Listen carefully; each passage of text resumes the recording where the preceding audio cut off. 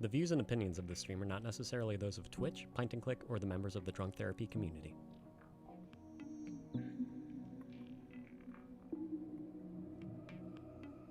Drunk Therapy will begin in 2 minutes.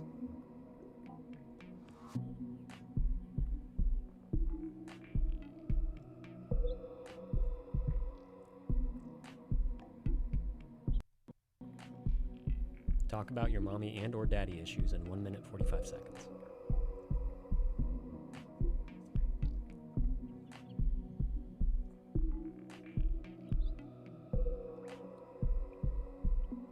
Tell us about the worst decisions you have made while drunk in 1 minute 30 seconds.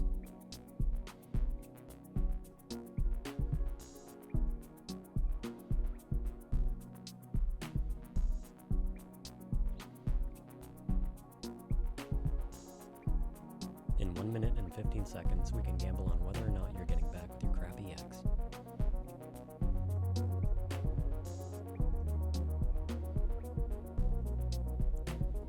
Listen to funny international accents that may or may not turn you on in 1 minute.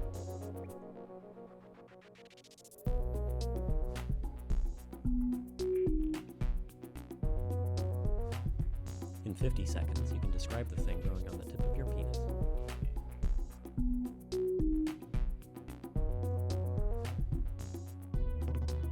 In 1 second, I will say something redundant in 1 second. Ask if it's okay to mix heroin and caffeine in 30 seconds.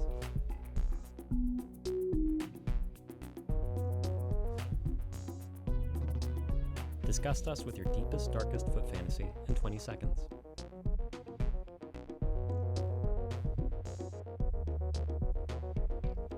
Pint will inform you that he is not a real therapist in 10 seconds. Drunk Therapy goes live in 5, 4, 3.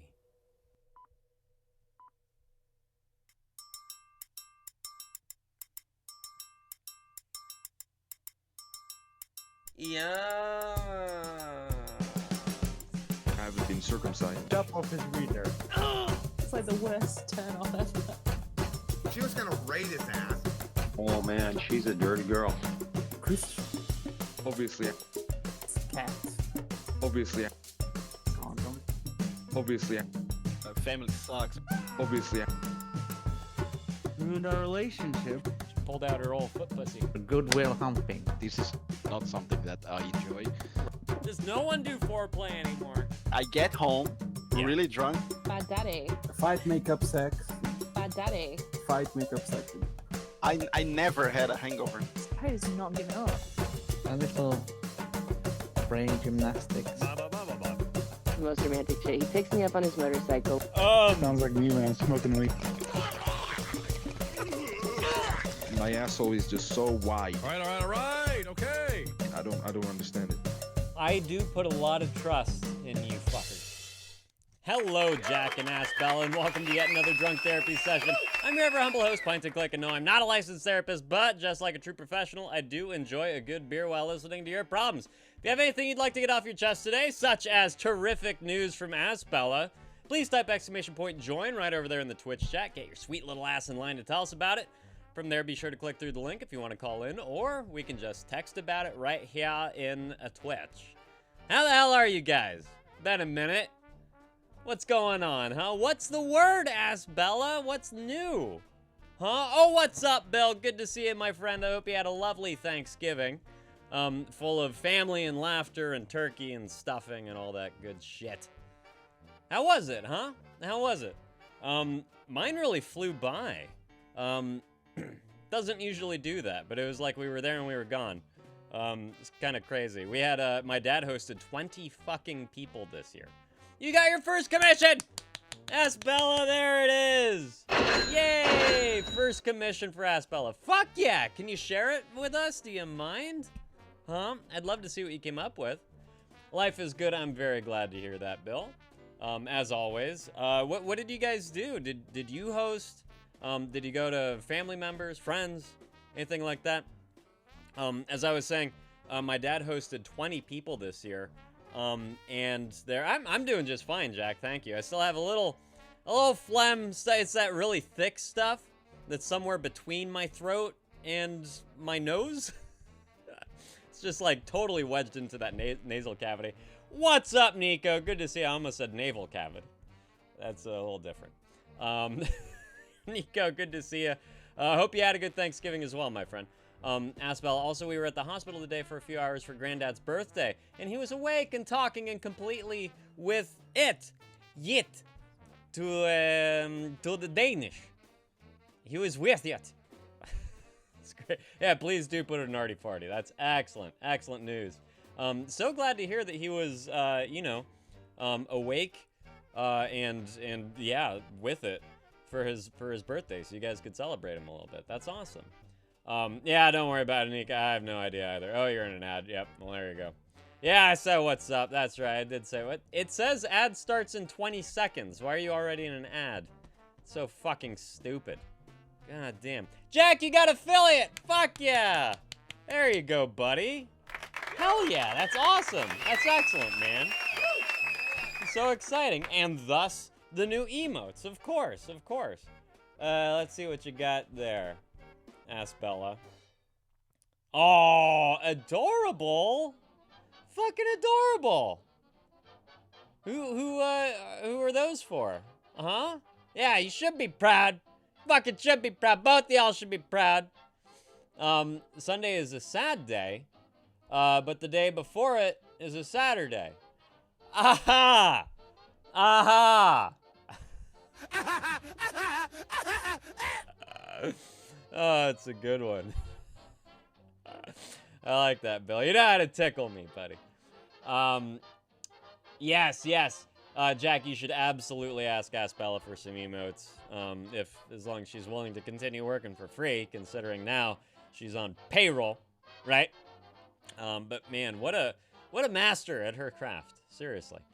For Sky from Miastream, excellent. Oh, that's so cool. That's great. I'm sure that they were thrilled with what you whipped up. Those are really, really fantastic. Yeah. I was just about to say, Nico, welcome back from the ad break, but there goes another ad break. Enjoy, all y'all. So yeah, Bill, were you at families? Were you at your place? What was the spread like? What's up, Bird? Good to see you again. Welcome back so soon. Expect you like every 6 months or so now. How are things? Huh? Yeah, there you go. There you go, Nico. Oh, no. Don't make me weep. Don't make me weep now. Exactly, Jack, right? Yes, it works on PC. Excellent. So glad to hear it. Oh, you got an ad. Well, yeah, there you go. Ads for everyone. I'm like the Oprah of ads over here. Fucking A. Wish I was the Oprah of ass. But I got none. I got none to give. Anyways, what I was saying, my dad hosted 20 people for Thanksgiving, and it was only my aunt and uncle, and myself, my wife, my son, and then my dad and my stepmom. That was all the family there was. Everyone else was friends, which is really cool, you know? Crazy stuff. Bird, you're on your laptop. What kind of crazy stuff? What kind of crazy stuff you get? But yeah, it's really cool hosting friends, I feel like. You know, like being able to really make your family outside of your family. So cool. Frickin' dog snatched all the leftover white meat turkey, Bill. Oh my god, from the counter. Whoops. There it is. And robbed me in my favorite part of Thanksgiving. Oh shit, I'm so sorry. Day after turkey sandwiches. Yeah, that really is, that's my favorite part too, especially if you have a little leftover cranberry sauce and just smear that puppy right up. Maybe you smeared your other puppy after that one. Bird the ads, yeah. Yeah, I'm sorry, man, I don't know. Does your phone have an ad blocker? That'd be odd for your phone to have an ad blocker and your computer did not. I always get ads on my phone whenever I'm on Twitch. It's one reason why I'm never on Twitch. Oh, Aspel, it's still been a stressful week, even though there's been all this positivity. Oh, well, you have your assessment from your dentist, right? Which did not sound like a great assessment. What are they going to do? What's the outlook? Aspel, I'm so sorry that you have to go through all that and deal with that shit.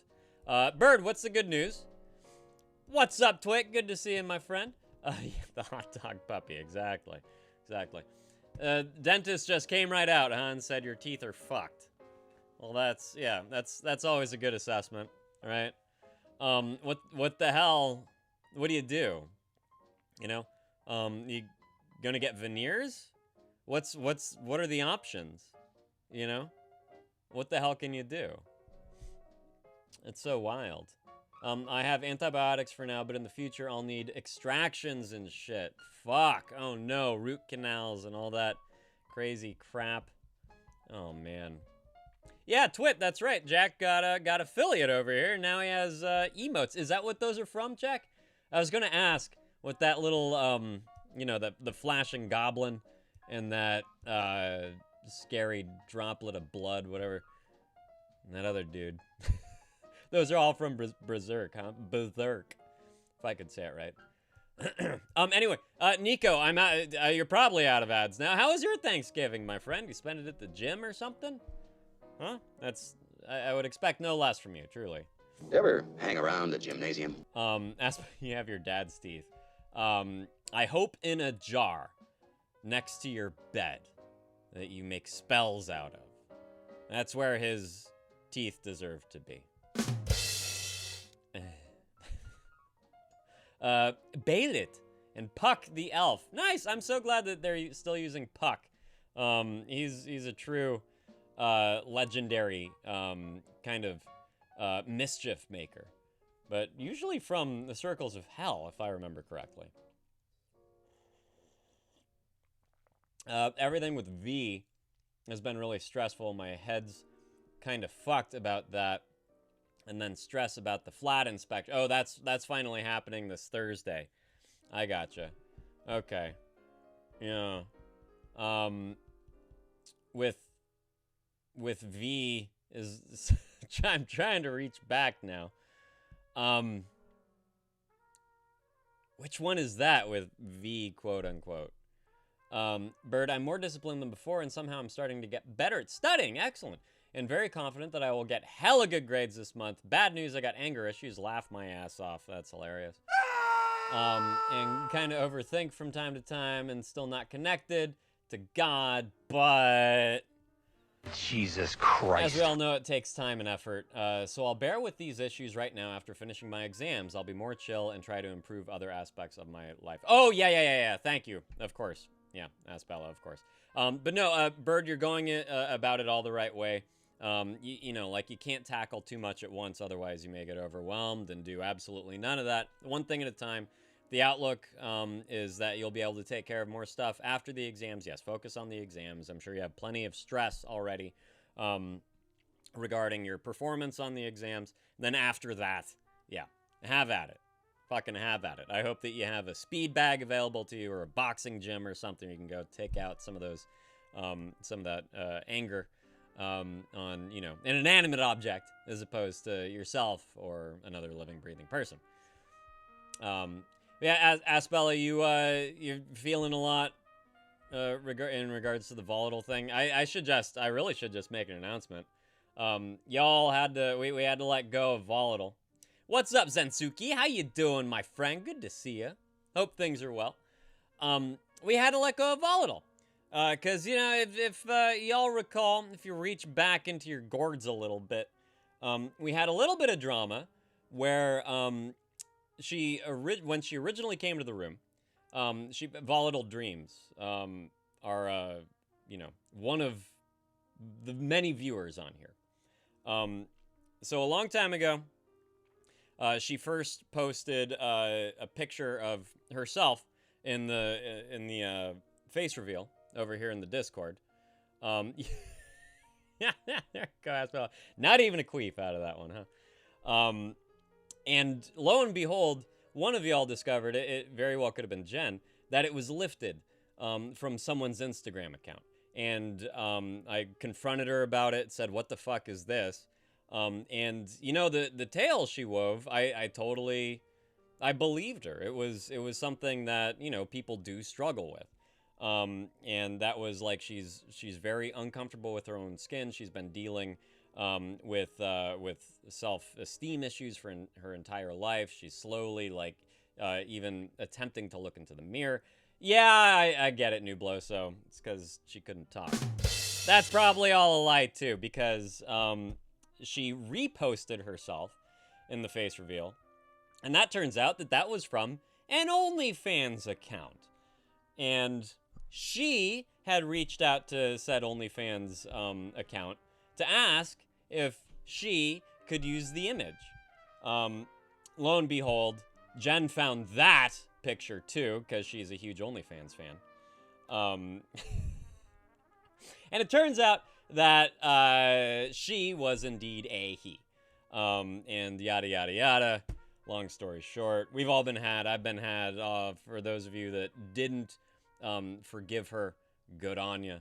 Always good to maintain that little nagging voice saying, I don't trust her. I still did not trust her.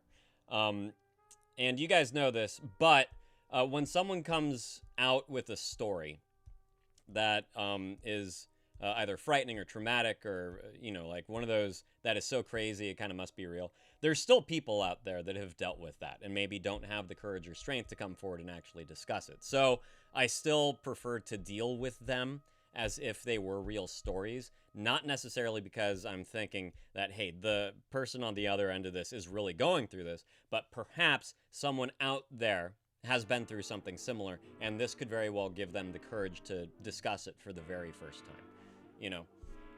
So that's why I still really try to treat these stories with some sort of veracity and truth behind them.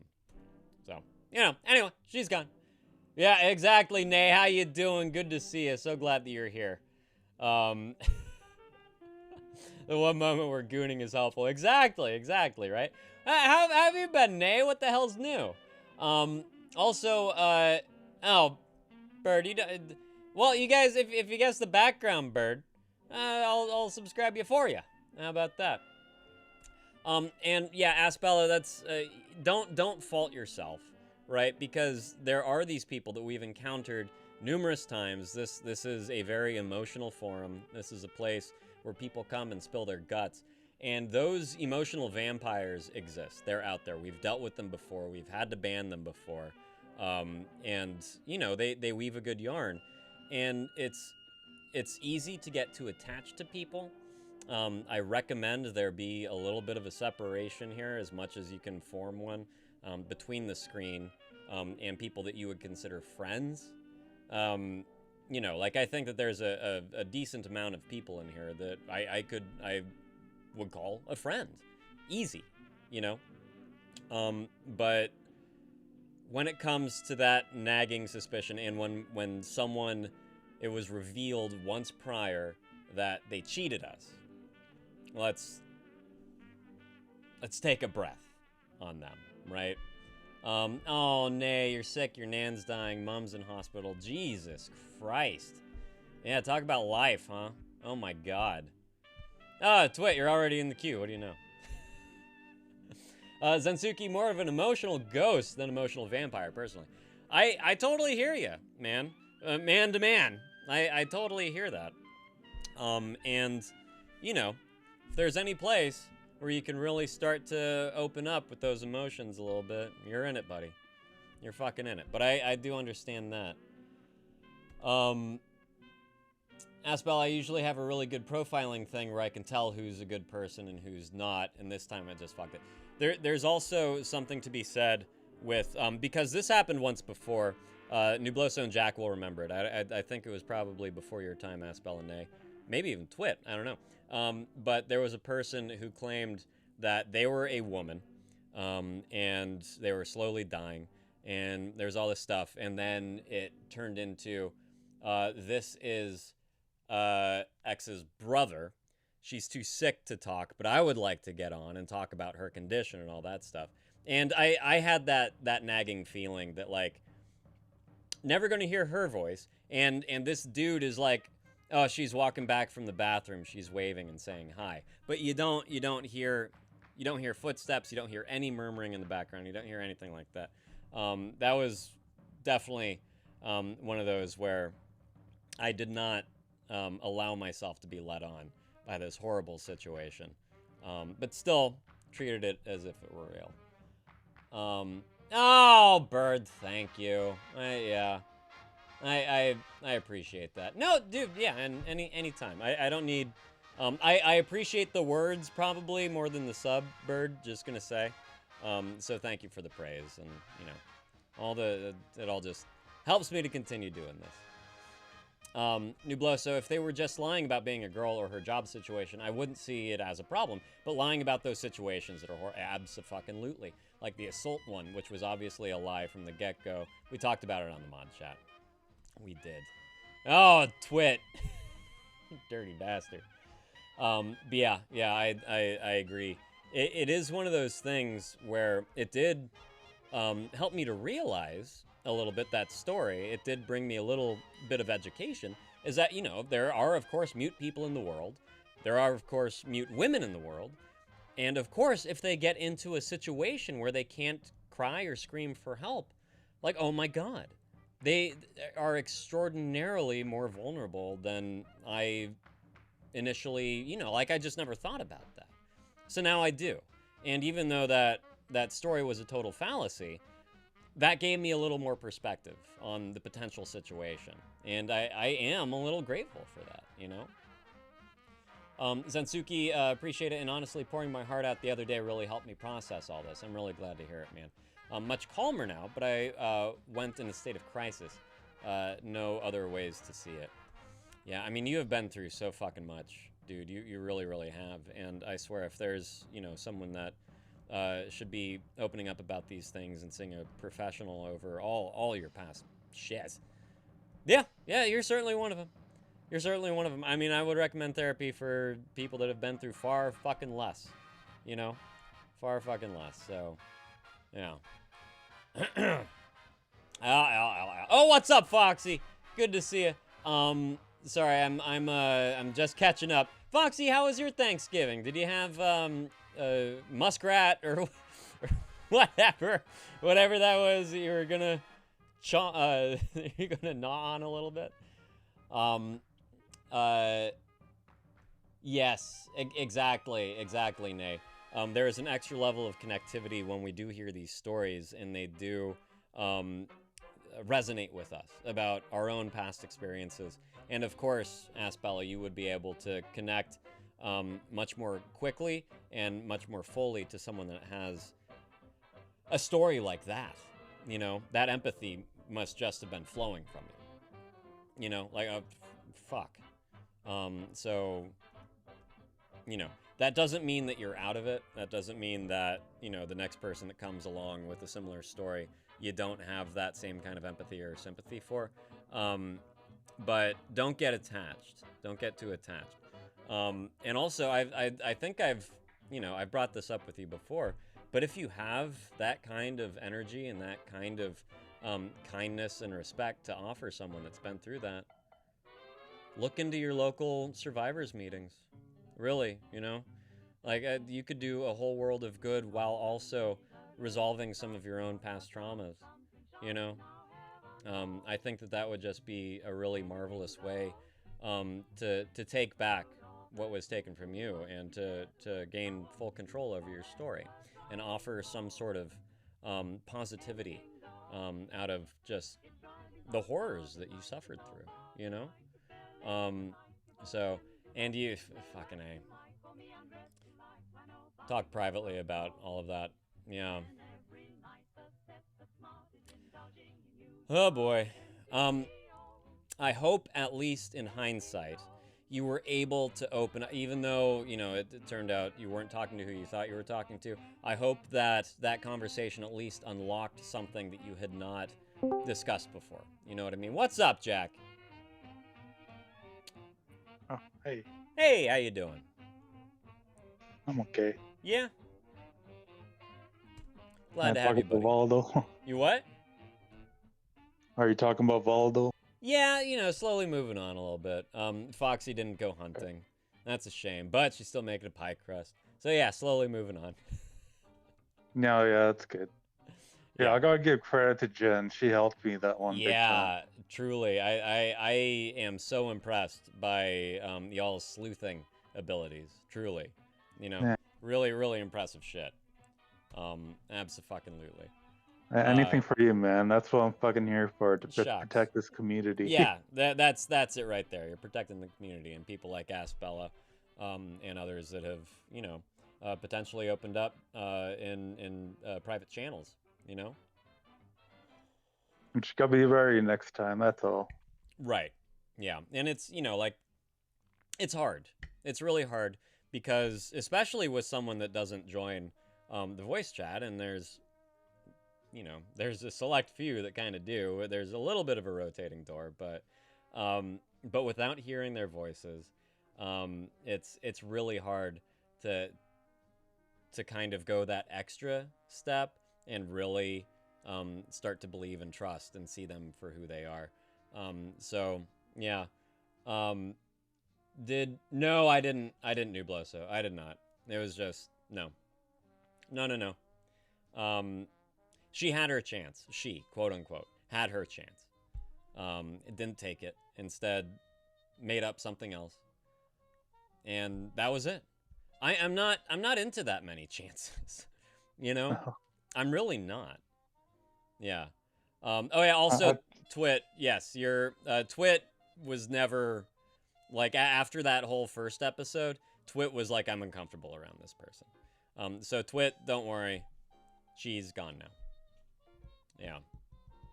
What were you gonna say, Jack?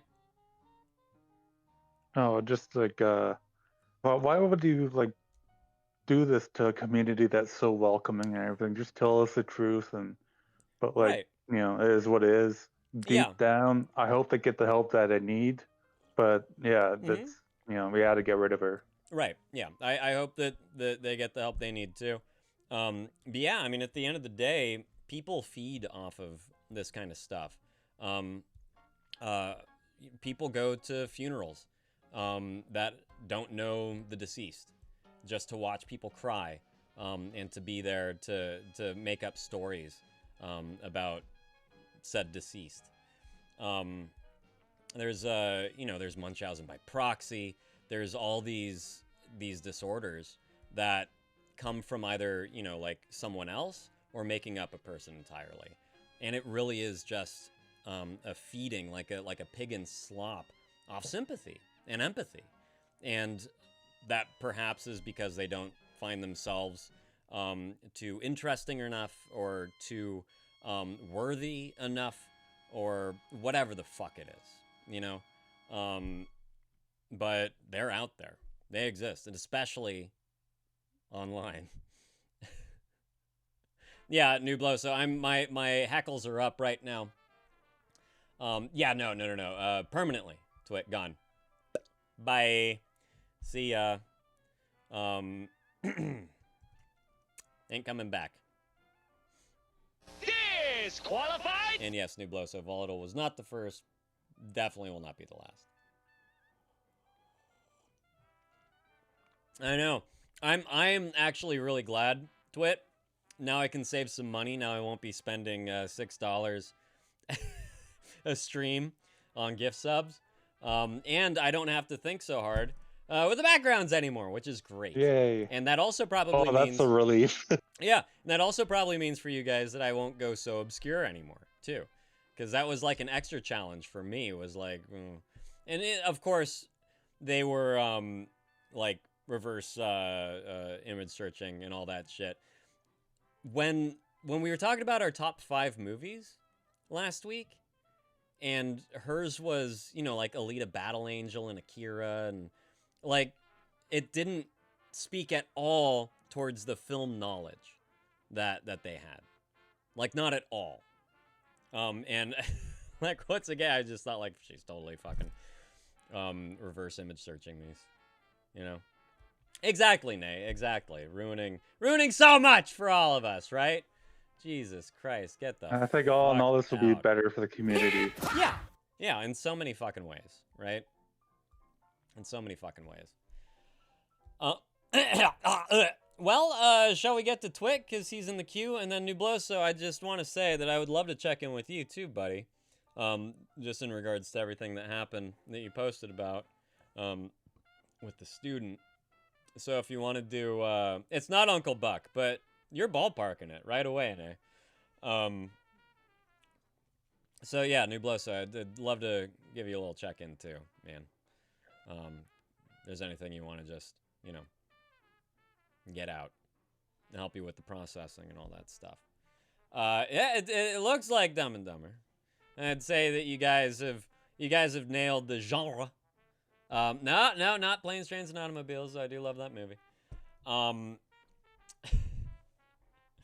Any rate, y'all keep on guessing. And, Twitty, you over here waiting? Yes, you are. Hi, buddy. Hello. Hello. How you been? No, it's not Home Alone. Not good. Oh, no? I can't believe Volatile is gone. I thought she was real. I thought she was the real deal. Did you see her tattoos, her pretty face, her blonde, luscious, gracious hair? Can you please unban her again? Love the sarcasm. You're really leaning into it today. This is dripping. The sarcasm is dripping today. I didn't want to talk about a very lovely blonde lady today. Uh-huh. I wanted to speak about something else. Oh, yeah? Yes. So I've been playing League of Legends quite a lot now. The last past 2-3 weeks or 4 maybe. Absolutely. And Nay, how did you prepare it? Just out of curiosity. It's not Home Alone, Jack. Continue, Twit. Yeah, and I was so tired at the end of 2 days ago. I was like, I'm so tired. Oh, Groundhog Day. Groundhog Day. There you go. And Nay, look what time it is. It's time for you to get a gift sub anyway. Fucking A, there you go. Good job. If you guys haven't seen Groundhog Day, it's the classic Bill Murray. What's her name? Anne McNambanama.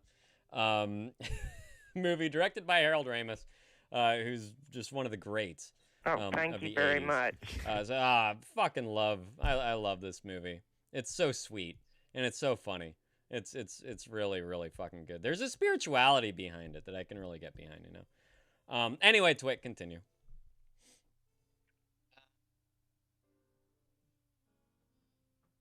Yeah. Yeah. So,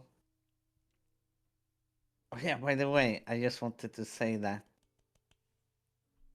Remember the time when I told you that I said, I've been using ChatGPT and AI for so long that I can detect when I can see text. Naughty habit. Made from AI. Like text generated stuff. And I had my suspicions. Do you remember that? Yes, of course. So I'm very proud that I use so much AI that I can detect when someone is speaking in that AI manner. It's like it's subtle.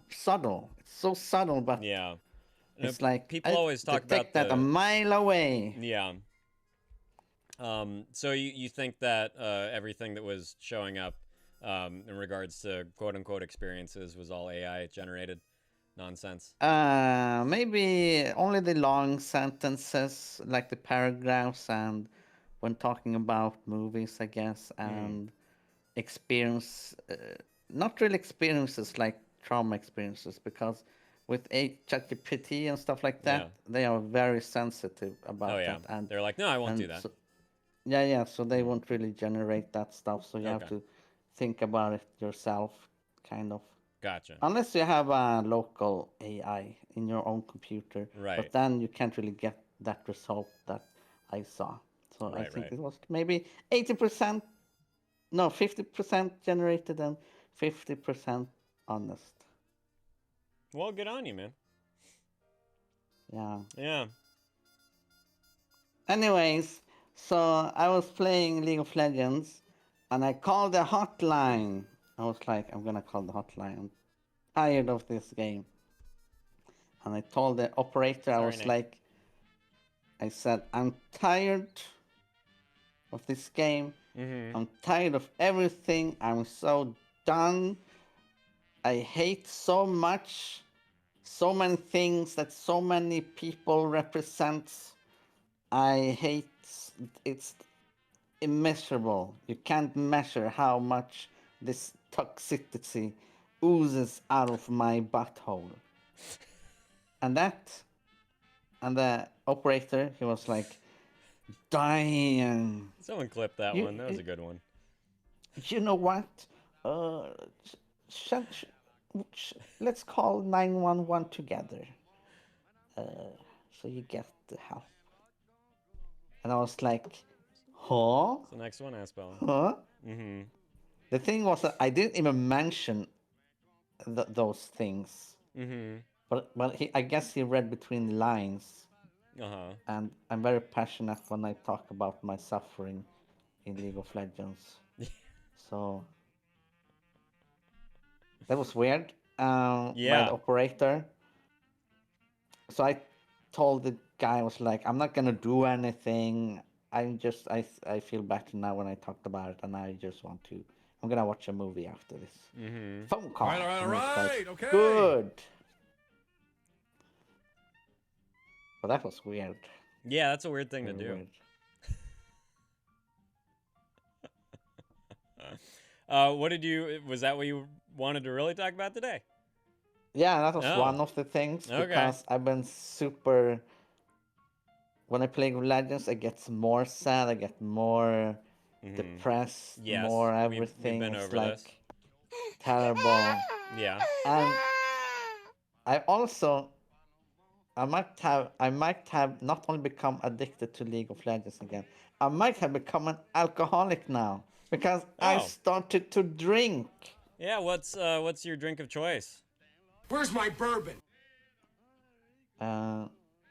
Wait, I have my cans here. Let me grab them. Cheers. Oh boy. I would spread my butt That's cheeks. the wrong one. Oh, I didn't cross that off. Whoops. There I have my cans. Uh-huh. Is it beer? Yeah, I tried that beer, the sheep beer. Uh-huh.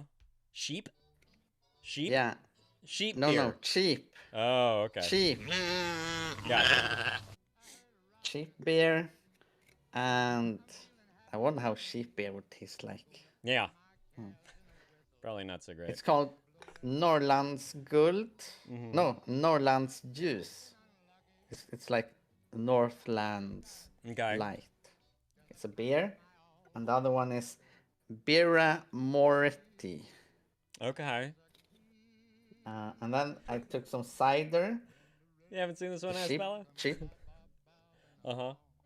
And also White Claw, the one that you drank. Oh, God, no. No. Raspberry. What's the matter with you? I told the Jesus. guy This was all okay at the until you liquor brought up the store. White Claw. Uh-huh. I told him I want Cheers, the most Aspella. expensive cider you have. And he Mhm. bring forth the White Claw. Oh, my God. It's not cider. It's ass. Is it? No. Oh. It's piss. It's So swill. I was drinking these There you go, Nick. in the early of the day, right when I started to play League of Legends, and it's like I don't get so toxic, you know. I get relaxed, and it's like it doesn't matter if we lose. Well, I'm glad that you're a chill drunk, but still, what time are we talking about here? Like early morning or not morning, I just wake up, you know. You just wake up and you start drinking now? Yeah. Okay. However, when in the evening after 10 hours of playing League of Legends, and I've been drinking, I get depressed like a mother clucker. Yeah. Yeah. Like depression X2000 That's 3D. Dude, that's how substances work. And that's also when That's how I they called work. the hotline. Yeah, that's how substances work. Okay, controlled substances. They get you to that point that you really enjoy, and then because you end up swinging further into like more depression. If you experience depression and you smoke pot or you drink or you do whatever, and you surpass that depression in the moment, when you go back, it goes back worse, and that's how you form abuse over these substances. Because you keep wanting to be there. You want to keep maintaining it. Then you drink more and more because you start to build resistance. And like that's how these things happen. I mean, I feel like I could have told you, and maybe I did previously, that because of your video game usage, you have the alcoholic in you already. So you really have to, you got to cut this out now before it becomes something truly unmanageable and you end up in a program. But I got the idea that I can buy a brewery machine. A machine that makes beer. Yeah. How about you don't?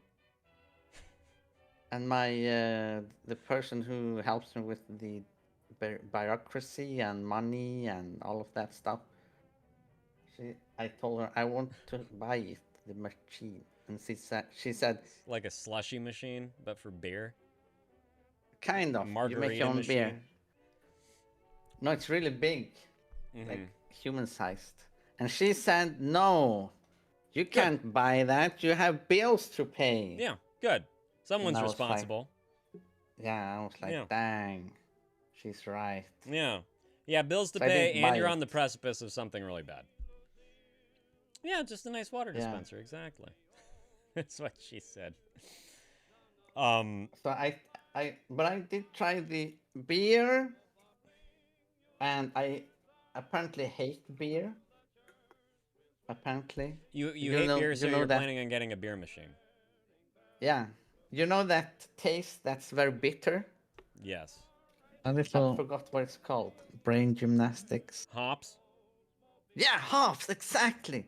I hate hops so much. I can't stand it. But if I have my own beer machine, Uh-huh. I can remove the hop You can put in as little as you want. or remove it completely Mhm. or go more to the sweet side. Good. Just a true malt. Yeah, I know. You have league skins to buy, is what Foxy's saying. That's one reason why you can't buy a beer machine. Ah. Yeah. I mean, I would say first and foremost, you have to make sure that you're taken care of. Yes, bills. Mom's condo if you plan on buying out your sister's half. I and wish it everything. was a condo. Apartment. Yeah. It's okay. It's a space in the sky that you own, right? One room apartment. Right. But apartments you rent, condos you own. Oh, is that so? Yes. I didn't know that. Yes. That's cool. Oh, so that's why everyone in USA Exactly. they say, "Oh, I have a condo," and I'm like, "Dang, does everyone in USA have big houses now, like Fresh Prince of Bel-Air houses?" That's weird. The reason why I say that is because you buy a condo and it's in this, it's in a skyrise, right? It's like 5 floors. You own one up there. What the hell do you have? You don't own a parcel of land, right? You own cubic feet in the air, in the sky. That's what you have. So it's a weird thing, It's an odd kind of concept. I don't know. At any rate, yes, responsibilities first and foremost, but dude, you've been chasing the dragon with video games for a long time and doing all that you can to avoid your issues. What's up, Mr. Zaza? Good to see you. You may vent, you may discuss past experiences, you may talk about whatever you wish to talk about, and if you need advice, certainly. We have a queue system. What's up, Snack? Good to see you. We have a queue system. Right now we're talking to Twit, so if you care to type !join over there in the Twitch chat, get your sweet little patootie in line, we will be with you momentarily. How about that? Until then, enjoy the ride. Right now, Twit is forming just a hint of alcoholism. over there. Marijuana is the flame, heroin is the fuse, LSD is the bomb. So trying to help him avoid that.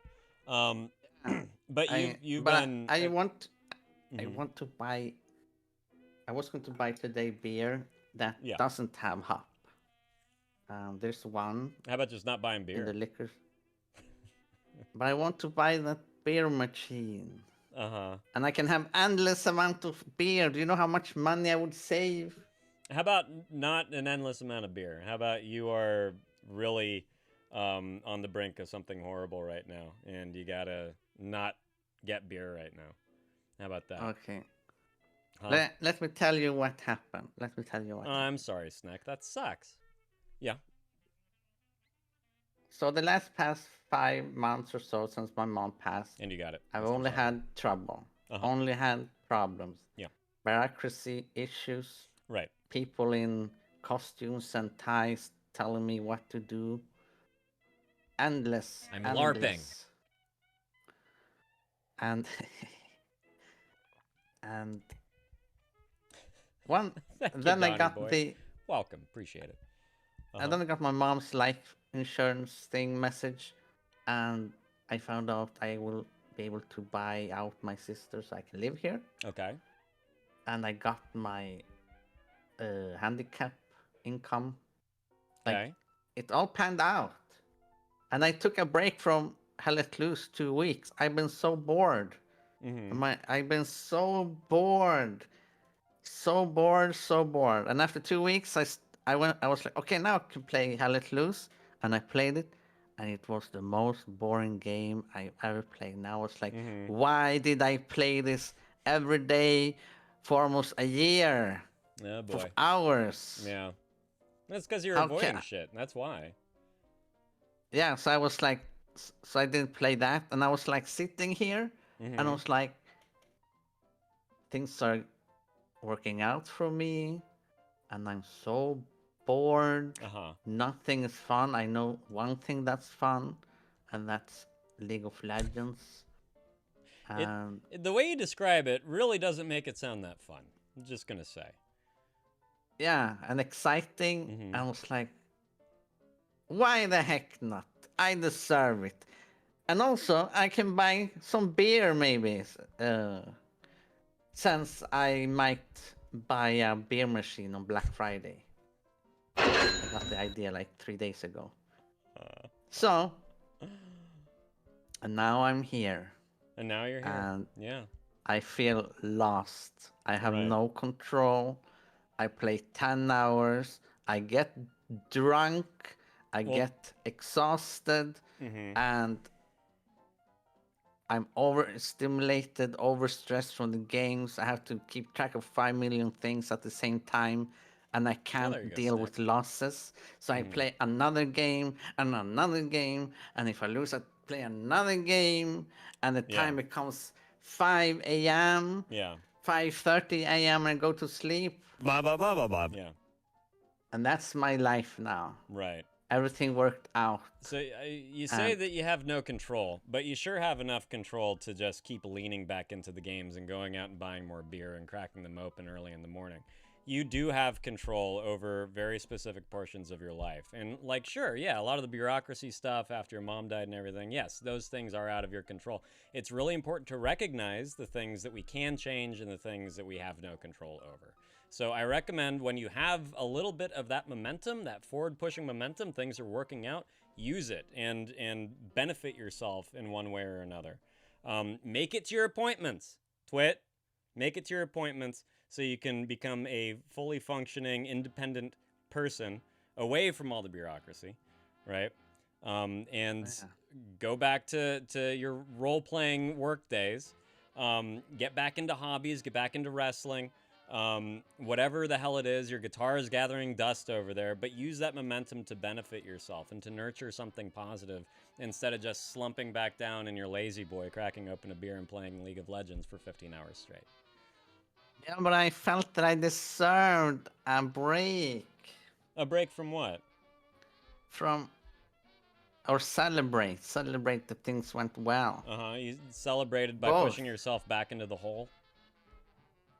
By stimulating a need in my brain to have fun. You and celebrated by avoiding more excited. shit.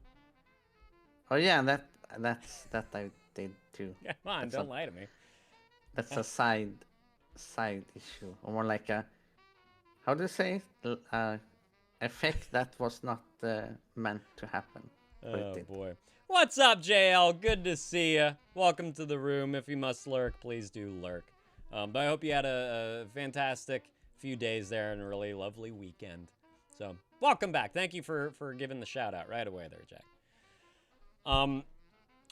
Anyway, Twit, I think you owe yourself a reassessment.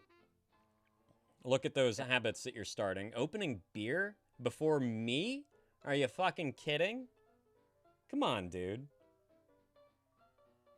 Don't start. I can Huh? I can start with math instead. Don't feed the dragon. You're a heroin addict. Don't feed it. I'm. Put that energy towards something else, huh? Oh, What's his name sorry, again? JL. Who? What? I am Superman. Walter White. Oh, Walter White, yeah. Are you? No. No. I can be. I can sell or give beer to other people if I get the machine. You could, but it sounds to me like you're just going to drink it all. Because you're going to make it to your liking. Yeah, I like Yeah. the cider in a way. I can drink a lot of cider. Sure. It's like it says here it has 4.5 alcohol. Is that much? It's not that much. That's not horrible, but, you know, if you start at like 10 a.m. or earlier and you go all day, yeah, that's a lot. You know? If I drink 1 or 2 cans a day, is that enough? 1 or 2 or cans a too day much? isn't going to hurt you. Even in even if you just binge it, you know, like you're gonna get a little buzzed, but with you, I would watch it. All right. All right. Anyway, I will hear you out. good. Thank you. Twit, reassess yourself, put your priorities in line, and make it to your meetings, buddy. Yeah. Yeah. Okay. I'll see you around. I'll be in the chat. Okay. Perfect. Sounds good, man. Let's talk to some new people, shall we? Okay. All right. Let's fucking do it. Okay. Bye. Get out of here, you bitch. I gotta every time. All right, well, now we have someone new. I know you can't. You said that you can't join The Voice. Who was their name? Mr. Zaza. I'm going to assume that you're a guy just because you got Mr. there in front of your Zaza part. So let's type. Go for it. In the future, if you care to join voice, that's always an option. I personally appreciate it just because then I don't ask a whole lot of questions before someone can respond. You know, it's very easy to do. It's much quicker to talk than it is to type. And Donnie Boy, by the way, thank you very much for the kind words and welcome to the room. Welcome to the community. Make yourself at home. If you have something that you would like to get off your chest, go ahead and type !join right over there in the Twitch chat. And get on in line to tell us about it. If not, enjoy the ride. Offer support. Offer some laughs. Tastes, interests, likes, whatever. Whatever the fuck. But more than welcome to be here. Just because you don't have something wrong doesn't mean that you don't get to be here. Everyone is welcome. And yeah, there you go, Twit. There you go. I know, Jack. Please, get to it. Fucking get to it. Delete all that shit. That crap out of here. Mr. Zaza, you still here? Did you manage to make it through Twit's story? Yeah, Snack. Yeah, we've already discussed it today, but Volatile's banned. Long short of it. They gone. Oh, they gone. Get out of here. Get. Ah. Ball of Vile. Yeah, good one. That's good. Oh, and speaking of beer, while we're waiting for Mr. Zaza to type, Paging Mr. Zaza. Are you out there? Mr. Zaza. Wake up. Wake up. You could be typing. I don't fucking know. Let's see, that's part of the thing with, yeah, oh, they're gone. They're gone. Oh, well. Yeah, it was probably Volatile's second account anyway.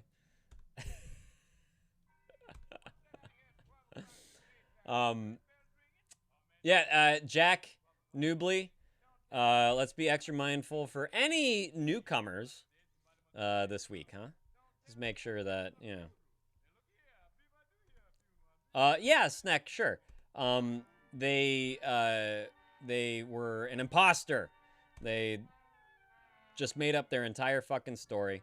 Claimed to be a woman, was in fact a man, stole pictures from the internet, and posting them to the Discord, claiming that it was her. Yes, IRL Among Us, exactly.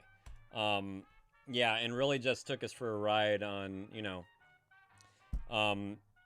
feeding off of what we offer here, which is, you know, support and empathy and sympathy and all that stuff. Yes, indeed, Snack. Yes, indeed. So, you know, that happened.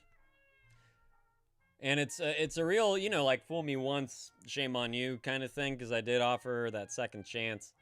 And the reply was authentic enough that I was like, okay, I will give you a second chance. And it was just the same thing. Just got the same thing. Oh, boy. Oh, ask Bella. Oh, no. She sent you videos from an OnlyFans. Well, I'm going to have to, you know, look at those for research purposes. All the videos. Are there any foot ones for Jack? And the pics. Nothing like a little free OnlyFans content, right? She pulled out her old foot pussy. They're hot, huh? Yeah. Yeah, I'm gonna have to look over those and really make sure it wasn't her. You know?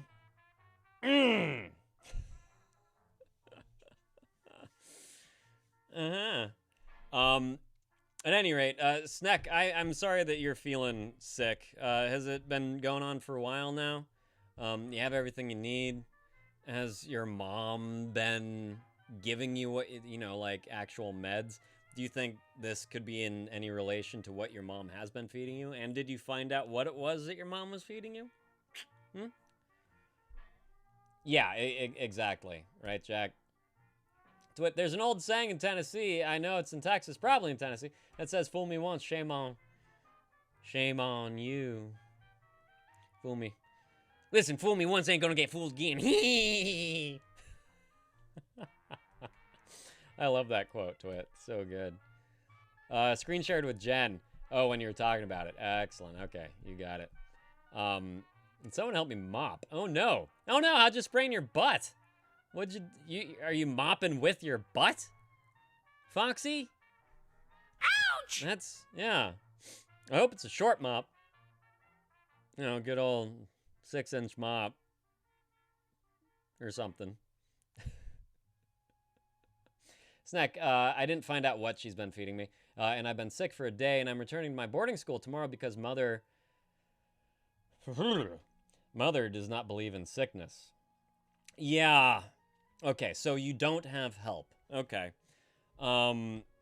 Great. Well, perhaps when you go back to the boarding school, I'm sure that there's an on-site nurse or someone that you can talk to. You can get some meds. Doesn't believe in doesn't believe that people get ill, or doesn't believe in medicine. Like, what's this doesn't believe in bullshit? God, the more you talk about your mom, the more I just want to fly out there and kick her in the fucking nuts. Snack. Really. It's... Oh my God. I'm sorry. Something's wrong with his testicle? I'm so sorry that you're dealing with that shit. Twit, I think it's unfortunate that Volatile got banned because I just started to get a liking to them. They're starting to grow on me. Yeah, too fucking bad, buddy. I'm sorry. Oh, you're sciatic. Yeah, fucking sciatica is a pain in the ass, close to turtle bone. Since I did that George W. Bush quote, I'm just going to be Got my drawl on. Happens regularly since pregnancy. Fuck. Since first pregnancy, right? They say that your hips grow too, like the actual hip bone, your pelvis actually grows. And there's new lines that are fused into the bone from the bone actually like expanding. Isn't that crazy? It's fucking nuts. Yeah, I'm sorry, Asbella. I know. Oh, JL, welcome back. I'm sorry that there's been drama about, and I hope that everything has been manageable. Yeah. I hope you didn't deal with it too much over the weekend and you got a little bit of a break from whatever you've been dealing with it. This next, she doesn't believe that people are sick unless they are actively throwing up or in a hospital. Lovely, lovely woman. I know, right, Twit? Sounds like a Scientologist. Thank you, Jack. Thank you. You can always go to the website and do a little scroll down the list. Gaping pelvis. Yes.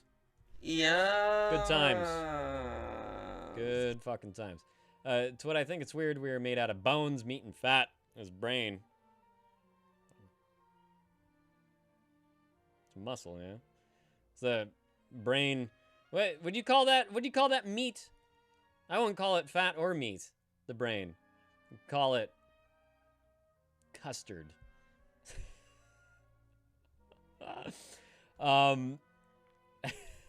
Jesus Christ. You're fine, JL. Life just be lifing. It's lifing for a lot of people out there. And I am sorry. I do apologize for the sake of the fucking universe doing this to all y'all. Gaping pelvis, yo. There you go. Yeah, that's a good one, Jack. Call it mush. Perfect. Foxy, I faked being sick so much as a kid it turned into the boy who cried wolf ordeal. Hated school. Lol. No.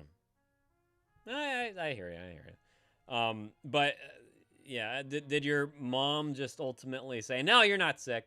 And perhaps, Snack, she thinks that you're faking too. But was she always like that, Snack? Like always being like, you're not sick, because sicknesses don't exist. You little shit. Go to school. Get out of my face. Just the replacing their places in the... Yeah. Thank you, Jack. Might as well, right? Might as fucking well. Oh, I said I was going to grab a beer, and then I didn't. So what the fuck? I'll be right back. Don't go anywhere. Gonna get... Oh, you gonna get...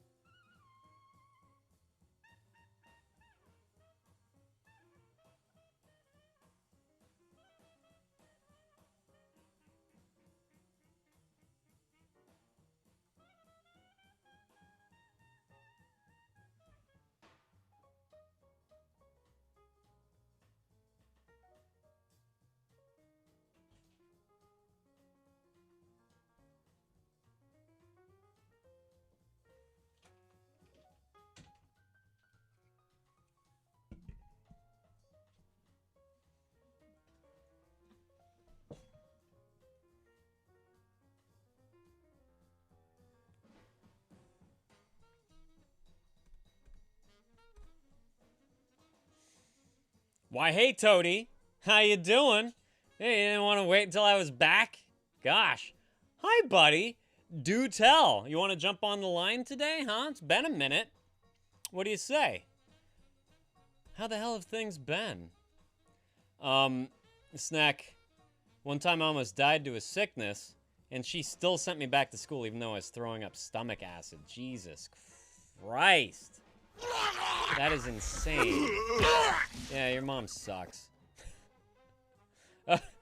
Nice, nice, Nay, with like a toilet brush or something. Christ.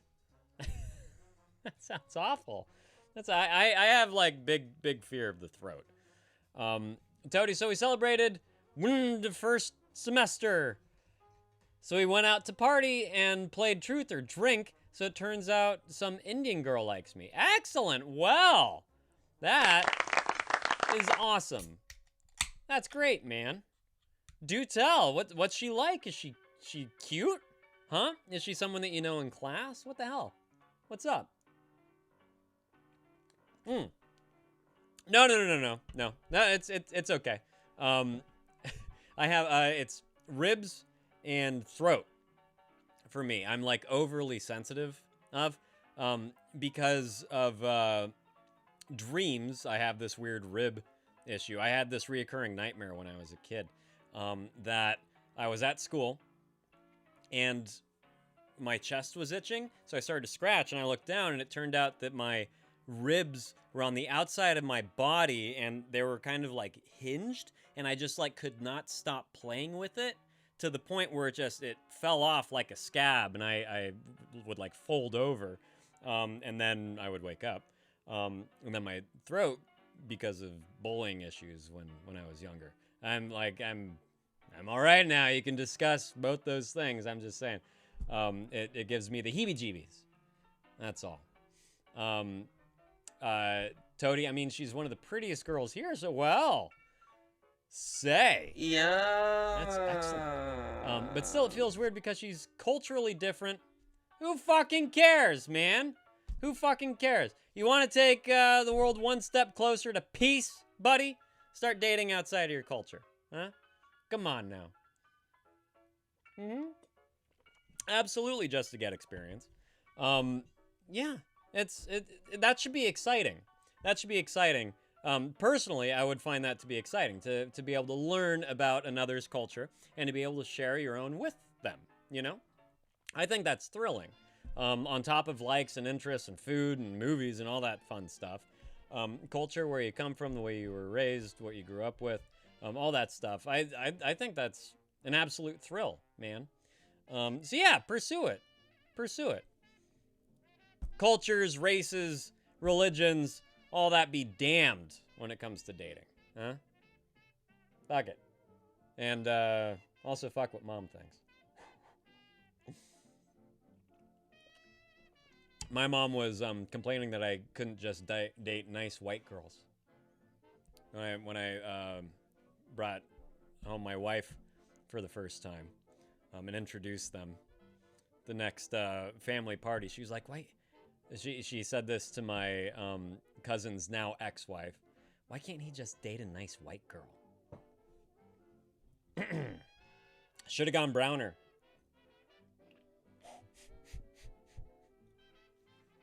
Fucking A. It's insane.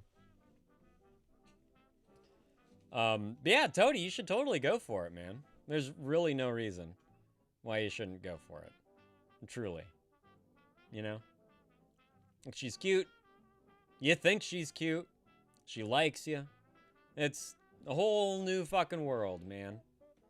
It's like a Little Mermaid. With your thingamajigs and who's a what's-its. Yeah! There you go, Zensuke. And you will. But I wholeheartedly recommend, man, put yourself first before dating and get your stuff in order. And then when you're ready to get back out there and date some more, you will be even more prepared to be in a much better relationship than you've ever had before. When you yourself are good, you can find someone that's equally good. You don't have to rely on them too much for all the emotional burden of said history, you know? I want you to meet a Miss Zensuki too. But first, I want you to make an appointment. Guys. Almost done with the butt mopping or with your pie. And that could be taken another way too. Yep. Just looking out for you, buddy. That's all. Yeah, done with the butt mopping or the pie, Foxy? You need vagina? I read that as Miss Tit. What's up, Gabe? How you doing? Butt pie. Wah! How you doing? Good to see you there, buddy. Hope all's been well. How was your Thanksgiving, Gabe? This is so international, I don't get to ask that many people how their Thanksgivings were, you know? Foxy, my kitchen, I finished the crust a while ago. Gotta let it chill for 4 hours. I feel ripped every time I take the trash out. Like, we're not talking about the butt anymore, are we? Are we talking about your muscles, Foxy? All this, yeah, okay. All this talk about butts and pies and, you know, got to make sure the right part is being ripped. Give it a kiss for me. That's all right. Context is everything. I just have to say. Twit, what are you ungrateful for? Christ, I'm ungrateful for this fucking administration. I'm ungrateful for the tomfoolery that is the Supreme Court and the rule of law. The fucking circus that we have floating around us that just doesn't give a shit about fucking law anymore. You know? This little fucking piece of scrap paper called the Constitution that can just be so fucking easily ignored. That's all the shit that I'm ungrateful for. That said, I'm very grateful to be surrounded by friends and family that provide not only a few laughs and hugs in this crazy, unprecedented time, but also just piles of support. And, you know, I'm getting a lot of help from my family for school coming up, and I cannot be more grateful to all of that. For them to believe in me enough to, like, help financially is a huge fucking thing. So I'm very grateful for that. And aside from real life, I'm so fucking grateful for all of you for being here and for making this community what it is.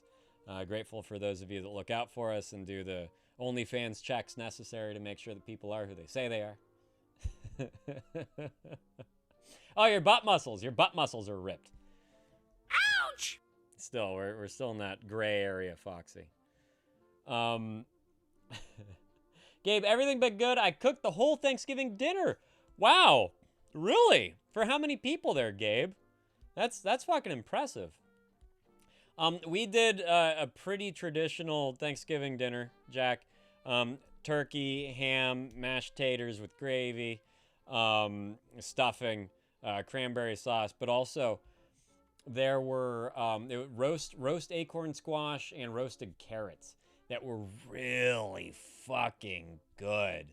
So fucking good. And then there were a ton of different desserts. There was like a chocolate cake bake. There was an apple cake. There was, of course, pecan pie and apple pie. There was a whole fucking slew of desserts. Like, everyone brought desserts. Snack Thanksgiving it's kind of it's gray.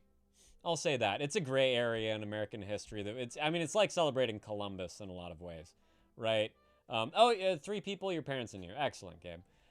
But Snack, it's basically celebrating the fact that the Pilgrims arrived and they formed an alliance with the Native Americans, and they had this feast, right, somewhere in November, where they broke bread, as it were, sat down and shared in the bounty that was American soil.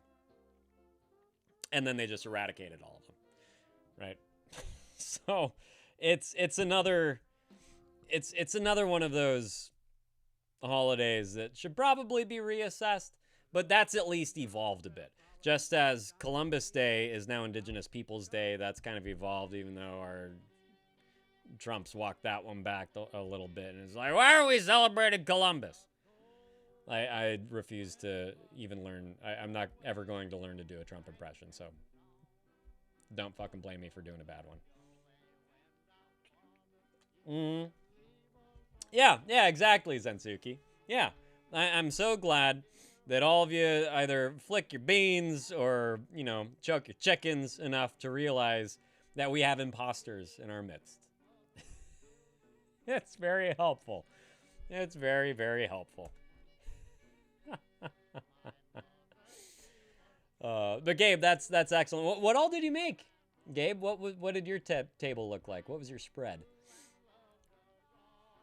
I would spread my butt cheeks. Had to do it. Toady, but me 2 months ago decided to join an Olympiad, and now I have to go to Egypt and participate and go home. Dude, have you been to Egypt before? That's one of my fucking bucket list countries. Have you been before? I would love to go to Cairo. I have to go to Cairo someday. I just have to, you know? Well, twit with turkey and other poultry, I don't know if you realize this, but it should be fully cooked. Like a little pink on pork, a little pink on beef. Yeah, all good. All fucking gravy. But that chicken, there's no medium rare with chicken. There's no medium rare with chicken. You know?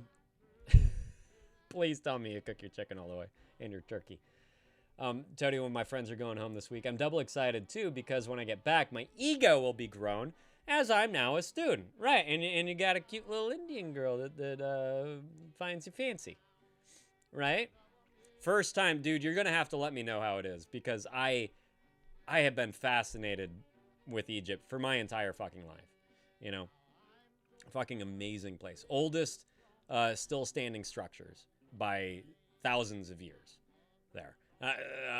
Oh my God, all the fucking history. You're going to have to let me know how it is. You're going to have to log back on more regularly and tell me how the fuck it was, huh? Gabe, ooh, classic.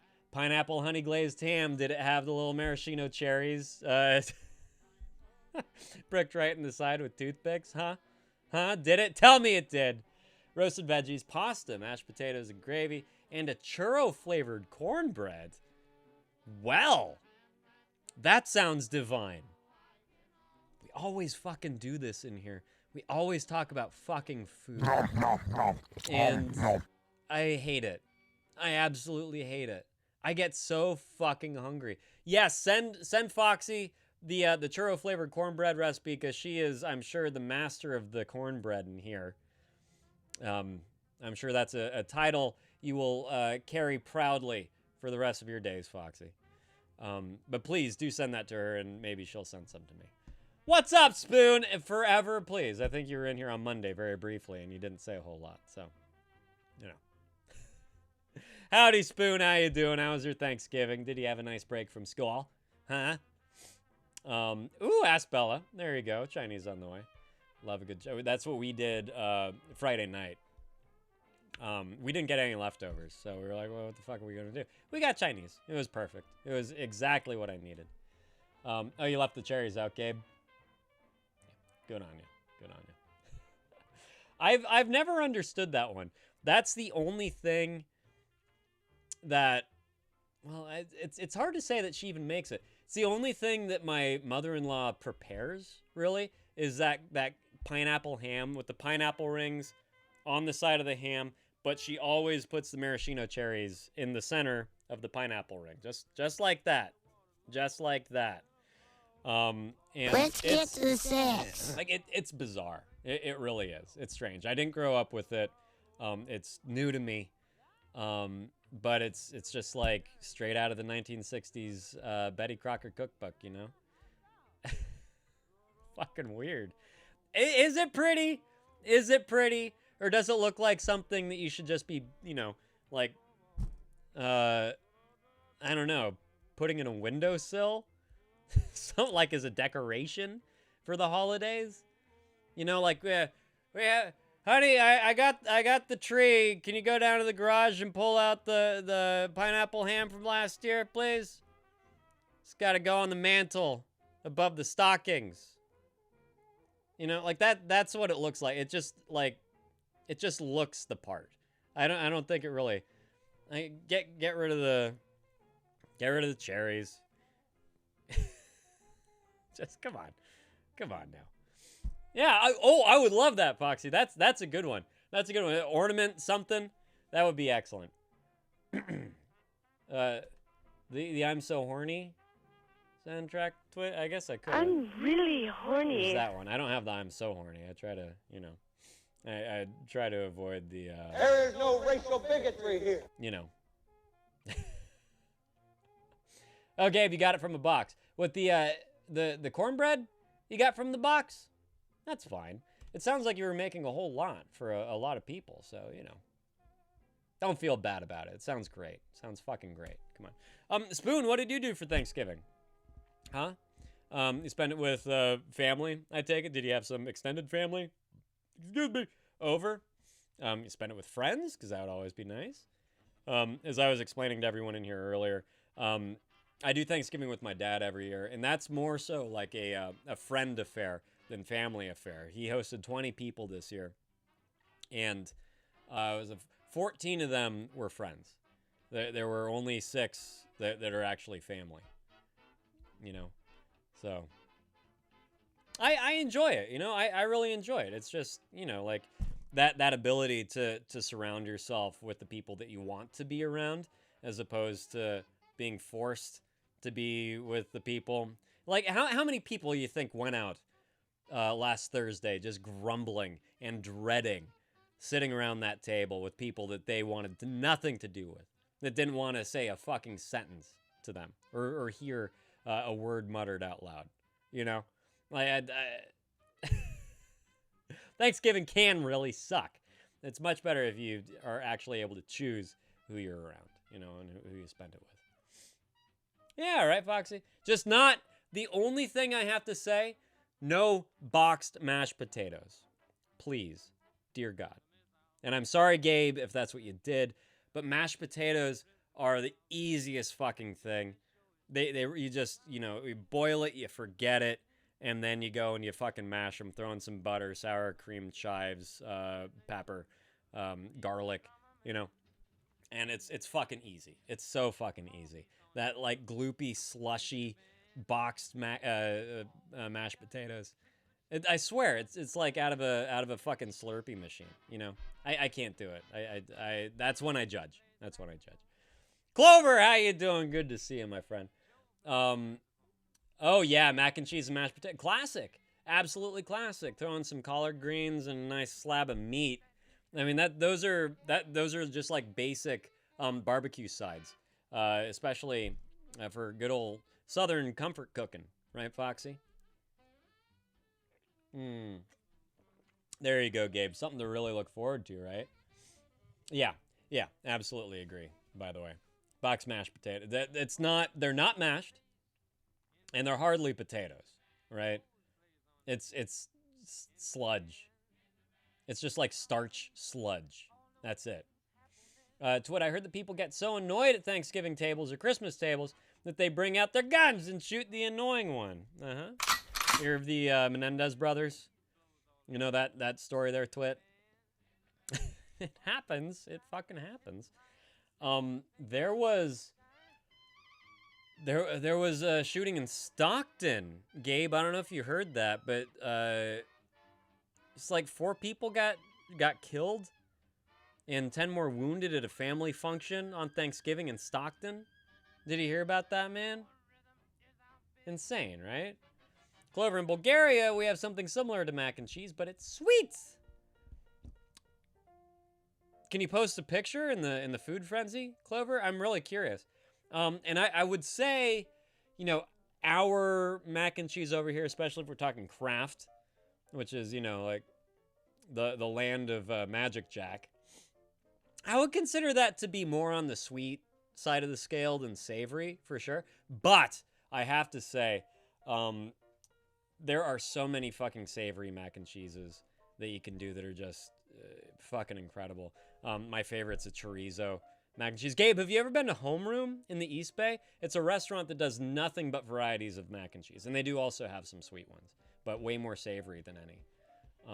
You can't find it, then it doesn't exist, Clovid. That's a damn lie, and you know it! Yeah, exactly, Gabe. Exactly. Yeah. So fucking stupid. No, too. My macaroni has a first name. Wait, that's wrong. Yes, I think I'd like a large pepperoni. That's what it is. My bologna has a first name, not my macaroni. Maybe my macaroni has a first name. Maybe, just maybe. Oh, Clover, you did find it. Okay.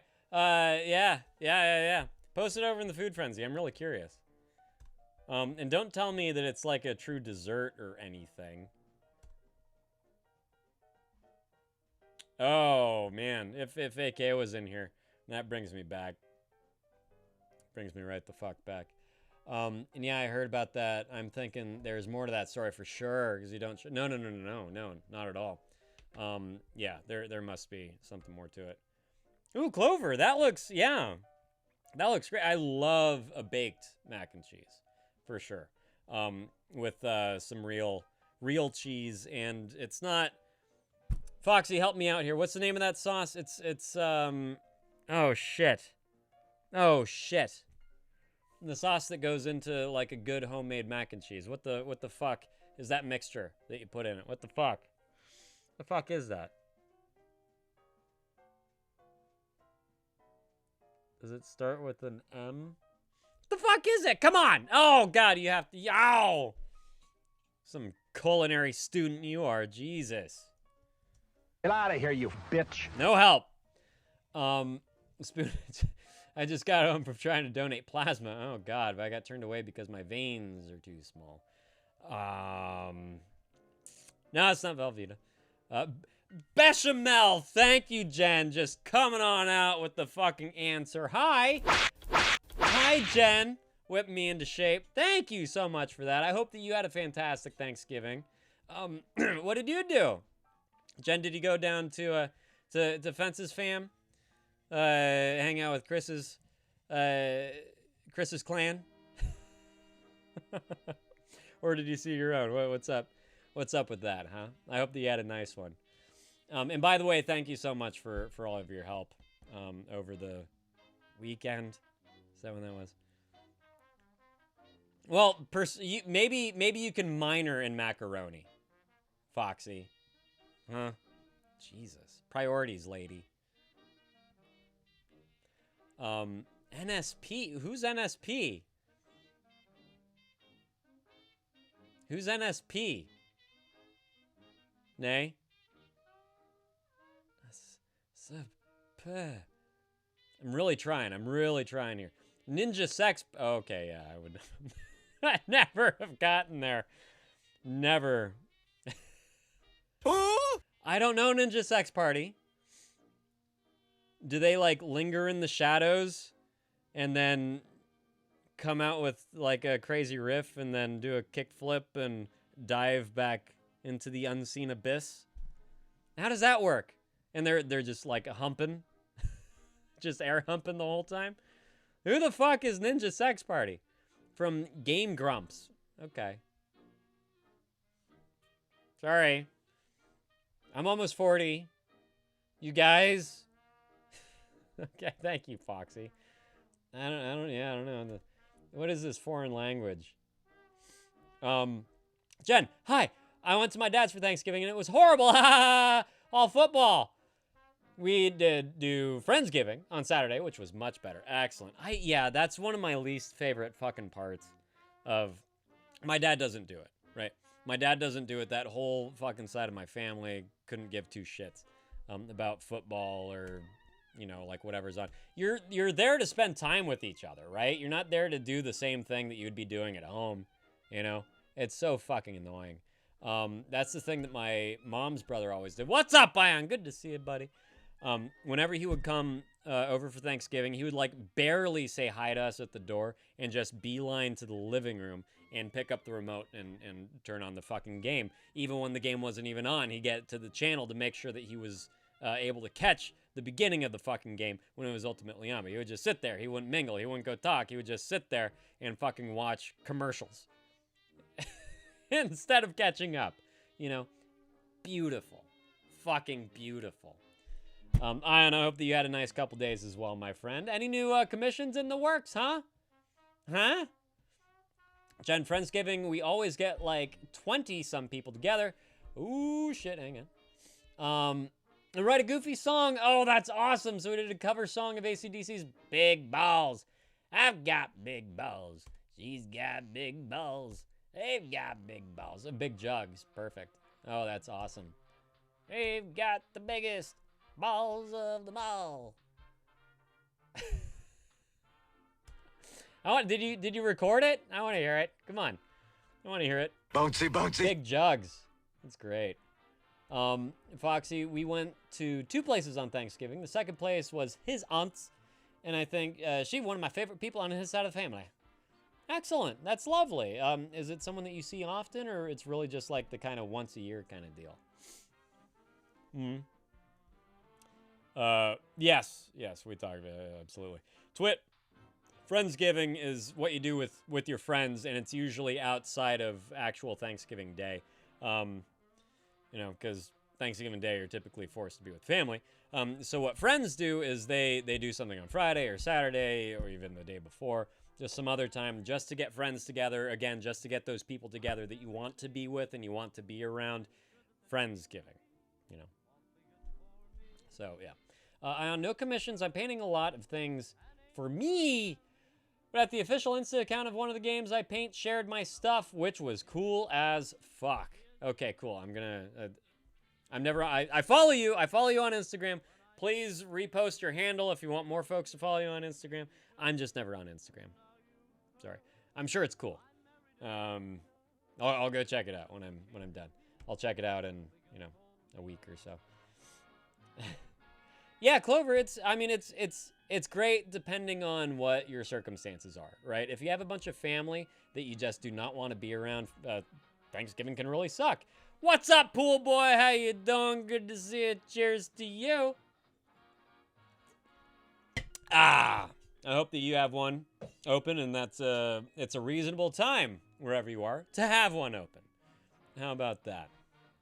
So, but cheers. Welcome to the room. Salut, Prost, Nostrovia, Kampai, and cheers. Where are you from, pool boy? Good to see you. Clean any pools lately? You do it for the stay-at-home mom? I've made that porno, don't you judge. It's Thanksgiving, but just friends allowed. That's probably a much easier way to put it, Jen. Thank you. Much more succinct. Yes, thank you, Jen. It's so bad. Oh, that's fine. It's great. That's great. Oh, Florida. Condolences. I hope that's. Oh, you're having a Modelo. Modelo Negro, Especial. What you got over there? I love a good Modelo. As far as, you know, like the cheap spectrum, quote unquote, the affordable spectrum of beers is concerned, Modelo is just about top tier for me. It's like Modelo. I still love a Corona Especial. There you go. And Trumer is one of the more affordable ones over here. I don't know if you have them over there. They just go down easy. You know, it's just like a solid Pilsner. This is more, it's a little more hoppy than what I usually go for. A little more alcoholic than what I usually do. But hey, it's a fucking Monday, so who cares, right? Plus, it's a good name. That's true, Ion. That's the one we're talking about, Ion. That's the one we're talking about, that Thanksgiving bullshit. Pool boy, what brings you around to our little neck of the woods today? You have something that you'd like to get off your chest? Something you want to vent about? How'd you find us? If you don't, that's all fine. Hang out and enjoy the ride. There's a Guatemalan beer that I like. Okay, do tell. I do try to get international in here just because we have viewers from all over the fucking place. Search beer. Perfect. I'm so glad that someone used it. I have been stubbornly adding beer to my what are they called? It's not keywords. What the fuck is it? This might be the second time that someone has found me using the beer search. Truly, you know? And I've been like, You can see in your Twitch blah blah blah. Sometimes I have a hard time. Just sometimes. Not all the time, but sometimes I do. You know that background stuff with all the analytics. In the analytics. That's the word. Oh, boy. Now this is wonderful. Even though I can't fucking talk, you follow me. I do appreciate that. I do fucking appreciate that. I get so goddamn diuretic when I sit here, and my mouth just never stops. Famosa. I will check it out. I will totally check it out. Clover accidentally serenaded a girl at my school. How does that happen? How does that happen? Huh? How do you accidentally serenade a girl? Do tell. Pretty please. Anyway, I was going to say I could check my analytics and tell you that nobody ever fucking searches for beer and clicks on me at least. No impressions. No impressions made with the beer tag. I add it anyway, and you are the reason why. I'm so glad that you're here. Your boss is Guatemalan. Okay.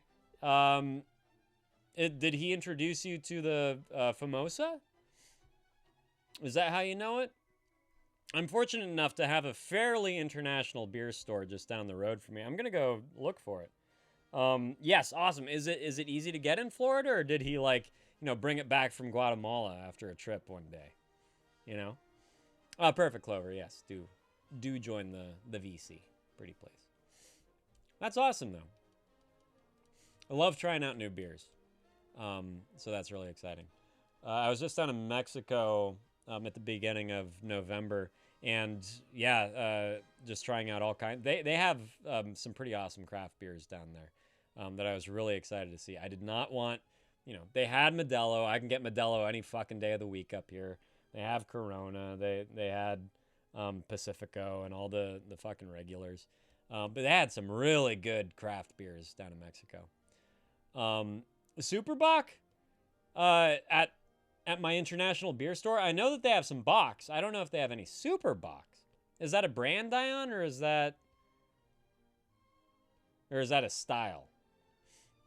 I love a Bock, and right now would be the season to have some Bock. R.I.P. Anchor. My favorite beer brewery went out of business, and they made my favorite fucking Bock ever. It was my favorite beer already, but they made my favorite Bock. It was so fucking good. Classic Portuguese beer. Okay, is that the name of it, Ion? The most drank. I gotcha. All right, Clover. Here we go. You know, ad break ends in 40 seconds. I'm going to bring you in then. Okay, just so nobody, you know, has a black rooster on it. That's the Formosa. I'm going to write that down before I forget. Formosa beer. Thank you very much for that, Pool Boy John. I appreciate it. Is there any truth to the handle? Do you clean pools for a living in Florida? Because that would make sense. But I'm also going to write down the Superbock there, Ion. Thank you for the recommendation. Superbock beer. Portuguese. There we go. Perfect. All right, Clover. Ad's over. I'm a poet and don't even know it. In you come. What's up, Wempa? How you doing? Welcome to the stream, Clover. You are in here. Let me just give a brief introduction here, buddy, before we get to you. Why Wempa? Why not Wempa? Fuck it. Welcome to the room. If you have something you'd like to get off your chest, please type !join over there in the Twitch chat. I know, Jack. Just keep your, keep thinking about it. !join. Get your sweet little ass in line if you have something you'd like to discuss and get off your chest. If not, chill. It's fucking chill. Roberto. Call him Rubber Toe. Is Guatemalans talk with an Italian accent, right? That's and they do a lot of gesticulation, right? Roberto. It's from when Roberto Bernini won the Oscar. Okay? Roberto! Sophia Loren announced him.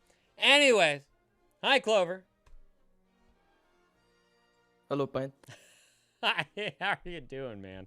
Sorry, I'm rambling today. I'm fucking rambling Rose up in ya. It's okay. Yeah. So, how did you serenade this young lass? By accident. So it's kind of funny.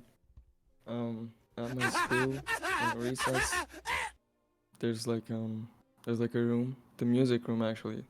Sort of music. Love that song, Pool Boy. Uh-huh. And sometimes the teacher just like opens it up and we just sit there. Mm-hmm. And I asked if I could play guitar because there are like guitars there. And he like set everything up. Took a really long time. Excellent. Tried to find like an app. It was all really broken. Uh-huh. And then there was like this like new girl. She's a transfer student from Spain. Okay. This is sounding great already. Those Spanish ladies, man. Am I right? I started like playing the guitar. I was just like playing a couple of scales, like doing some bullshit, doing like some blues stuff. Some traditional 3-bar. Yeah. Yeah. And then after that, we like. I'm trying to remember. Alright, so.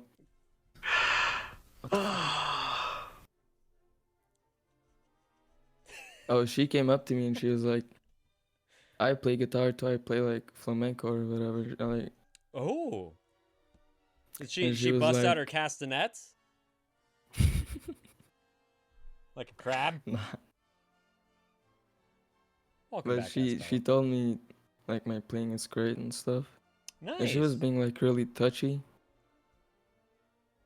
She was like touching my shoulder and stuff. I was still sitting down and playing. And she was like touching my shoulder. Uh-huh. After that, I got like her Instagram. I guess that's what kids do these days. Cool. Is that a step towards dating? No, I don't really like her. You don't really like her? Why? Is she not cute?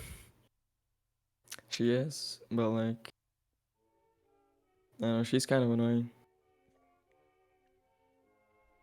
Whatever. Well, anyways, school was over, we got home, and she texted me like, dude, I'm really trying to remember, I'm sorry. Whatever, she was like, your playing is great, want to talk or whatever. Uh-huh. And we talked for a bit, and then I have like fucking dementia, dude. My mind is just shit this morning. So whatever, that was the story. But the crazy thing is that I might have she you has, repeat like, that later on when new people come in. It was so thrilling. So stick thanks, around. Anna. I'm a great storyteller. Jesus Christ. So she texted you. What did she text you? She told me like my playing is great. Okay. And like we just got to know each other a little bit. Okay. She's actually pretty cool. I shouldn't call her annoying. She's actually pretty cool. Man, how old are you again, Clover? I'm 16. Yeah, okay, this all makes sense. This makes perfect sense. Yeah. So hormones raging, confusing your soft little brain. Now she's pretty cute, but like I bet. Penis. There you go. she kind of reminds me Mm-hmm. of my ex who cheated on me. Is your ex Spanish? I think I've no. Did she like your guitar playing? She did. Okay. What reminds you of your ex and this Spanish señorita? Honestly, everything. Like the way she acts, the way she talks. the things she likes. Okay. Sure, it's not just your ex and some extra foundation or something. Oh, what the fuck does that mean? That's makeup. Oh. No, my Gotcha. ex did used to wear a little makeup actually. Nice. Welcome in, Sus Rabbit. Happy December. Glad that you're here. Exciting on the tarot decks. Love a good tarot deck. Why can't a woman be more like a man? I think they can. True. I think they. What? How do you mean? How do you mean? And what do you know what a man is? How do you know what a man is, Clover? You're a boy. I'm a man. No. I'm 16 already. No, you are not done growing, buddy. Your brain hasn't solidified. I mean, You'll get there. I think I'm don't you? pretty mature. I think when you're mature, you realize that men or women are just as complicated as the next. And there really isn't much that distinguishes us. We each want the same fucking things. What's up, Beyond? How you doing all this fucking shit? We each want the same fucking things, but when we're at this age of ripe old age of 16, we form an impasse because nobody's going to make the first fucking move. That's with starting the dating, and that's with ending the dating. No one wants to break up. No one wants to be the first one to ask them out. Because y'all are young. I actually did want to talk about that. And full of aspirations. Yeah. Oh yeah, So Beyond. the- Happy belated birthday there, Alex. Happy fucking birthday. Here's some fireworks for you. That's all I got. Happy birthday. Happy birthday. So what was it, Clover? Sorry for interrupting. The Spanish girl has. Mm-hmm. So we got actually like 3 transfer students. One boy, there we is, go. and they're all really tough. Oh yeah. All the transfer students from Spain. No. One was from Spain. Mm-hmm. One was like Ghanaian. Say that last one again. She's from Ghana. Oh wow. Yeah. How And exotic. the last one is from like, I think she's half English and half Brazilian. Ooh. Say. Bouncy. Nice. Wow, what a melting pot you're at, you know? Yeah, it's cool. That's Our really class impressive. is really multicultural. Yeah. It's really, really fucking cool. In Bulgaria, of all places. No, I live in Germany. Oh, you live in Germany. Why do you always Yeah. say Bulgaria? I don't. Yes, you did earlier. When? Today. What? You did. I'm I from saw Bulgaria. it. I just live in saw Germany. it. You typed Bulgaria. You Yeah, I typed said daily Bulgarian reminder mac I'm and from cheese. Bulgaria. I live in Bulgaria. That's what you typed earlier. I saw. No. Yeah. You're Mm. fucking lying. What, pool boy, you out of here? Thanks for stopping by. Enjoy the beer. Enjoy the Modelo. And I'll catch you next time. Monday, Wednesday, Friday is when I stream. So hope to catch you around, get to know you a little bit better. But I do agree with Pool Boy, who says the touching, like the physical contact on the shoulder, that's typically a sign. It's typically a, hey, I'm kind of into you. Want to exchange Instagram handles? Right? Yeah. Let's kick this shit off, right? Oh, sea shanties. Sorry, Pool Boy, that flew right over my head. What do you do when the captain's drunk? What's that shanty? Anyway, continue, Clover. I digress. The Spanish girl is friends with the English girl, and I've known the English girl for like a little bit longer than the Spanish girl. Okay. Can I just say their names, please? It's like, No. okay. But make up names. Make up names. So Maria and. Okay, Maria is the 15. English girl, and Okay. the Spanish girl is. Why would Maria be the English girl? I don't know. I offered you Maria as a layup for the Spanish name. Okay, let's call the English girl Isabel. and the Spanish girl, Maria. Isabella from Leeds. Can we just pick a name? Yeah, It's English really girl, not that Spanish girl, that important. works. All right, continue. So, what the fuck was their names? Maria Maria. and Isabel. Right. Which one's which again? Linda and Steve. So Maria is the Spanish one. Isabel is the British. Yeah. Do you know one, Asbel? Okay, continue. I'm gonna put my blinders on So, for a minute. I've talked to Maria for like a little bit longer, Uh-huh. and she's like, "What the fuck are you doing?"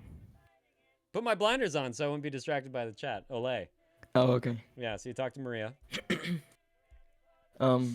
And she's like pretty cool, and we're like into the same stuff, same music, Mm-hmm.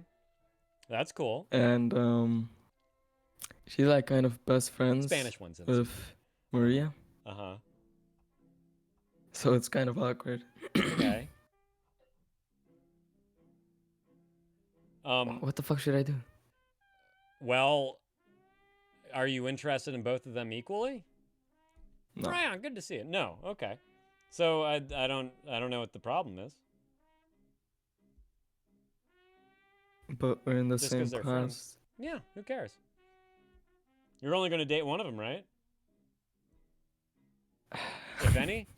Or are you going to date none of them? Because then you really don't have a problem here. No, I wanna like go up to Isabel. Uh-huh. But Maria touched your shoulder. Exactly. Okay. I have cooties. Well, I mean, anything that happens, like if there's some shit between them, that's going to be between them. I don't think you're going to do much of anything. Ryan, howdy indeed. Yes, you may join today.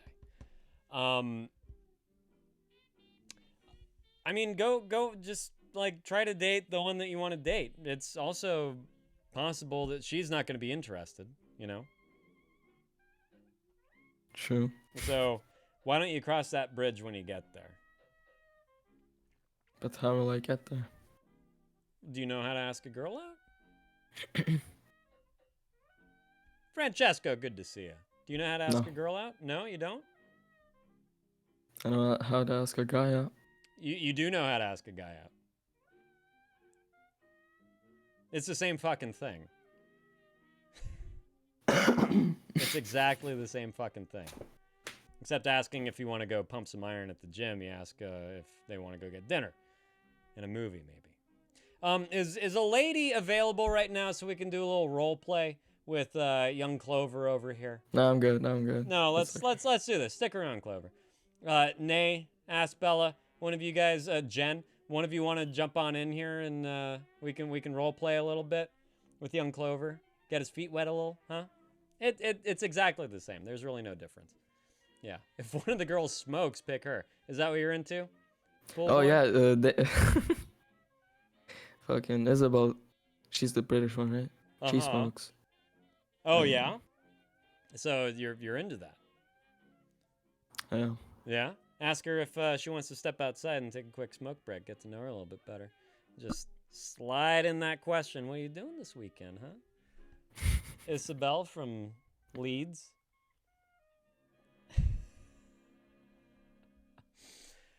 Asbel, is this what is this story you got going on over here? What? What is this? Then he nudged me. He looked at me and stared. Yes, it hit me just like a ton of bricks. Then my heart burst, and much to my surprise, this heavyweight champion takes the prize. Oh, Hairspray song. Sorry, I thought that was Stephanie Myers for a second. My mistake. Yeah. Jen, next time. Come on. Next time. Anyways. No, man, it's really like there shouldn't be so much pressure that we put on ourselves for asking someone out. There really shouldn't be. It's a very, very simple thing. It's like, hey, sometime you want to hang out outside of school, you know? Where do you like to go? Do you like any restaurants nearby? Would you like to go together sometime? It's that easy. You don't have to be like, hey, do you want to date me and maybe become my girlfriend or something later on? You know, there's really no pressure to this. She's going to give you a yes or no answer. And then after that, everything is going to continue exactly the same way as it was before. Maybe she'll talk to Maria about it a little bit. Be like, oh my God, you'll never believe what Clover just did. He asked me out. And that'll, you know, like that'll be the end of it. You know? But, No, all you got to do is shoot your shot. But then I forgot what I was about to say. But then you're afraid that you're going to miss a chance with Maria, miss shoulder rubbing Maria over there? No, I don't want to mess their friendship up. You're not going to miss their friendship up. If this simple question of asking out Isabel messes up their friendship, they're not friends. Like it's that fucking simple. It's that simple. They're not friends, they're actually closeted enemies. Vying for the affection of Clover this whole time, and you never knew. Like, come on, get your head out of your ass, buddy. You're not gonna do anything. You're not. All right? Wait, what do you mean? I mean, if you think that you can come in with a question as simple as, hey, you want to go out sometime? And completely destroy their friendship, I mean, you put yourself up on a pretty high pedestal. You know what I mean? I mean, like, maybe if we, you know, advance further and become, like, and start dating. Maybe that'll mess up their friendship. Why? What's the example? Because that you're fantasizing Maria likes me. Again, then so you think that Maria likes you more than Isabel? You think that the value Maria has put of you in her mind could potentially break their entire friendship because she values you more than she values Isabel? Maybe not. Yeah. I think you're concocting something up there. That is a bit of fantasy. All right? Seriously, if by you asking a girl out, and this is without a yes or no answer, might I add, destroys a friendship, they were never friends to begin with. And by the way, they're better off not being friends. Like maybe you're doing them a fucking favor if their friendship is that fucking fragile and will collapse under a very lame, simple question as asking one of them out. Like you will be doing Isabel a favor. That Maria doesn't want to be your friend anymore. Truly. All right? So go do it. Go fucking do it. You have my blessing, Clover.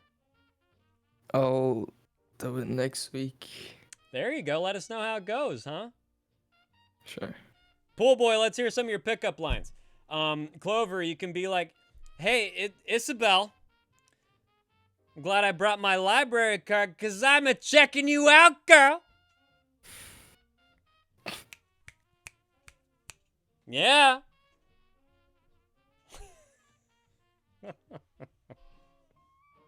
No? Are there any others? Yeah, he didn't like that one. I had a man say my tile installation destroyed his marriage. Nice. Is that a pickup line? Is that a pickup line or a put down line? Pretty baby, you're so attractive. Now I make the romantic love to you. Yeah, there you go. Yeah. Yes. How much? 30 minutes. How much? I feel like that one would work. Real quick. I bring my STD card.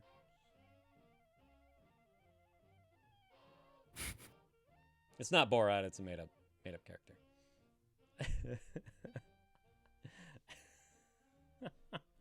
And the STD card. Oh yeah, they're STIs now. That's right. Francesco, sometimes we idealize one lateral what the relationship is, but in the background they are having another communication. Are you talking about the friends, Francesco, or something else going on over here? Gabe, if a friendship collapses over someone that was never a friend, that was a competition. Exactly. That was always a competition. You know? Yeah. Never was a friendship in the first place.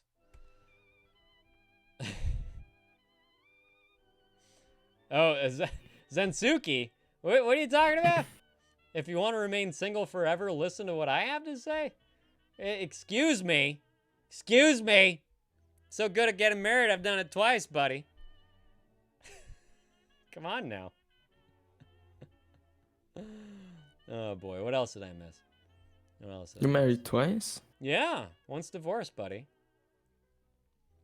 Of whom? Yeah, that was the best decision I've ever made.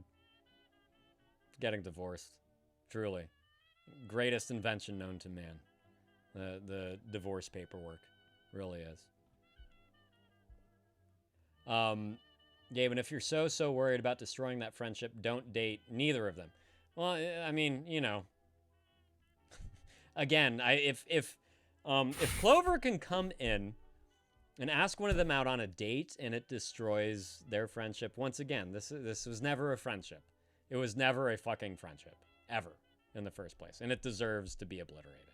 For the sake of one of those poor ladies. Exactly, Foxy. It does.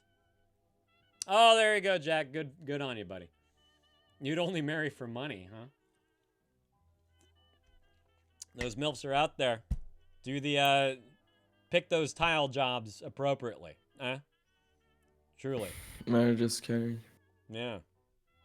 Marriage is scary? I never want to get married. It should be scary. Believe me, it should be scary. It's a big fucking decision. It really is. Uh-oh. You're, Isabella and Maria fighting over there? Cops going to break it up?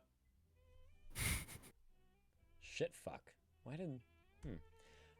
anyways, yeah, exactly, the marriage police. Sensuke, to be fair, I think high school friendships may not be as stable as adult friendships. I swear to God, like, part of this whole growing up ordeal is moving through friendships and moving through relationships, all right? Like, if you are still part of the exact same friend group that you had in high school, somebody hasn't done any growth. Like, that's really all that is. We grow up and we grow apart and we move on. You know, like, this is true. Sure, you can still like be cordial and friendly and everything, but these things, they have a natural way of ending. They all have expiration dates when you are in high school. It's something that happens naturally. And it should. So also, Clover, here's another part of all this. Yeah, like, their friendship isn't going to last forever anyway. But also, your relationship with whoever you date, even if it ends up into a relationship, because we're really putting the cart before the horse here, it's probably not going to last forever anyway. All anyone should be doing right now is just having fun. Having responsible, clean fun. That's all you should be doing there, Clover. You know? Don't worry about it. Don't put too much pressure on it. Just go have sex. Just go have fun. Ion, when I was about Clover's age, I had a huge crush on one of my close friends. I told her she didn't feel the same way, but she's still one of my best friends. Yeah, I have one too. I have one that one of my closest friends all the way from 5th grade. He's the only one. He's the only one. Really probably knows me better than anyone. And that's it. My entire friend group dissolved. I don't know where any of them are.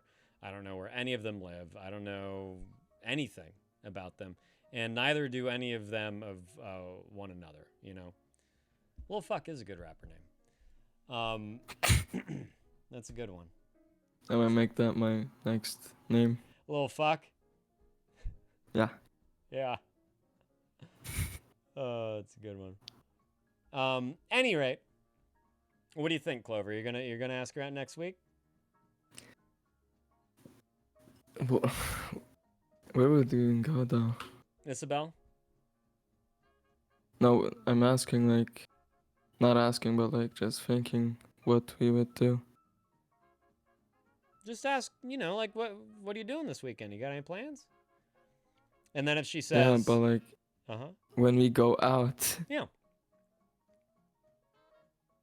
What do you do I when don't you know go what to out? fucking do.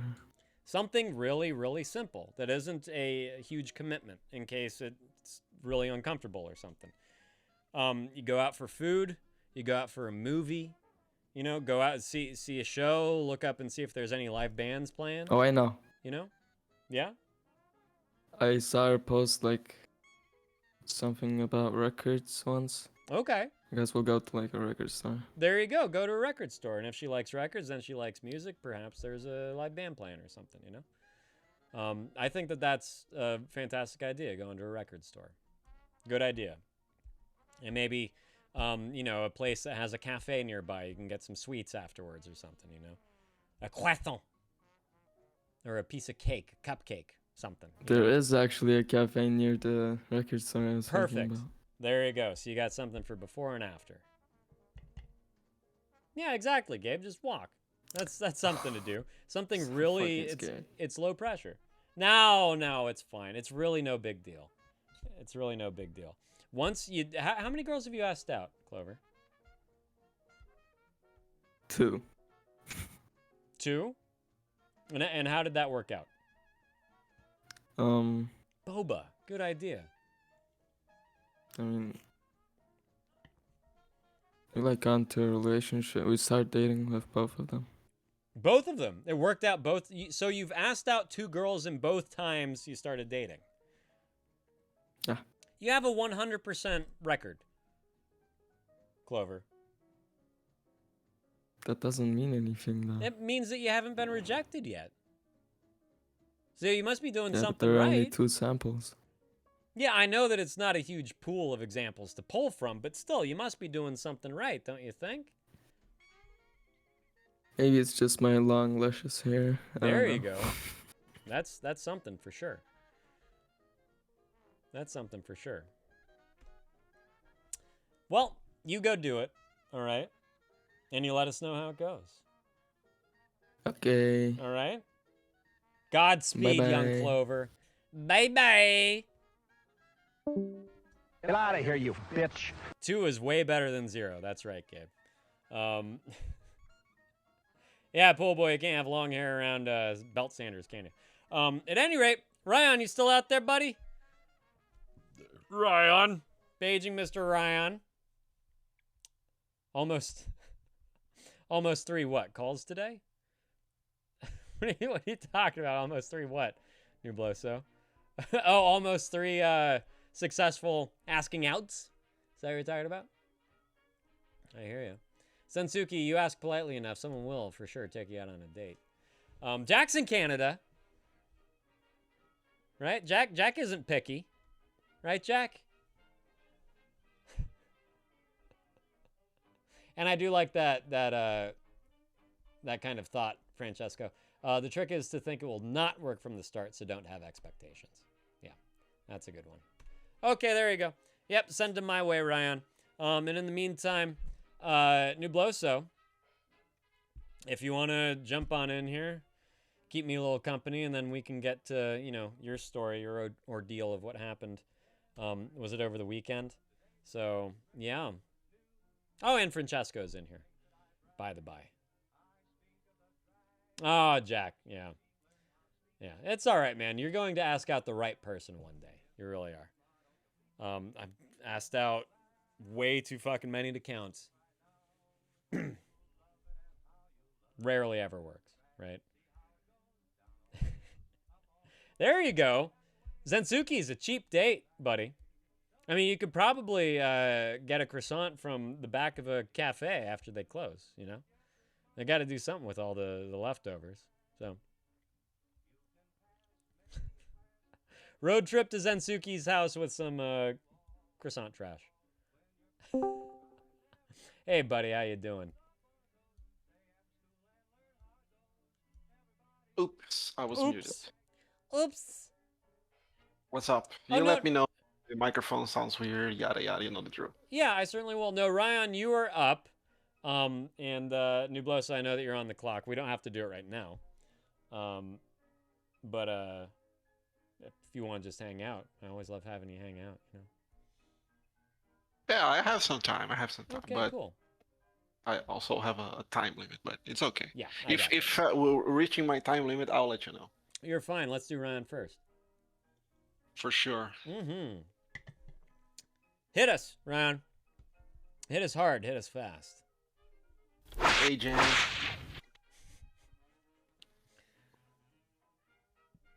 There you go. There you go. Valeu, cara. Apparently, Nubloso. Valeu, cara. Valeu, cara. What does that mean? Suck Thanks, my dick? man. Yeah. Doesn't mean suck my dick. No, it's just thanks, dude.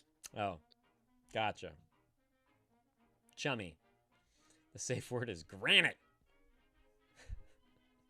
Okay, here we go, Ryan. First one, I got 51 days left. Oh, shit.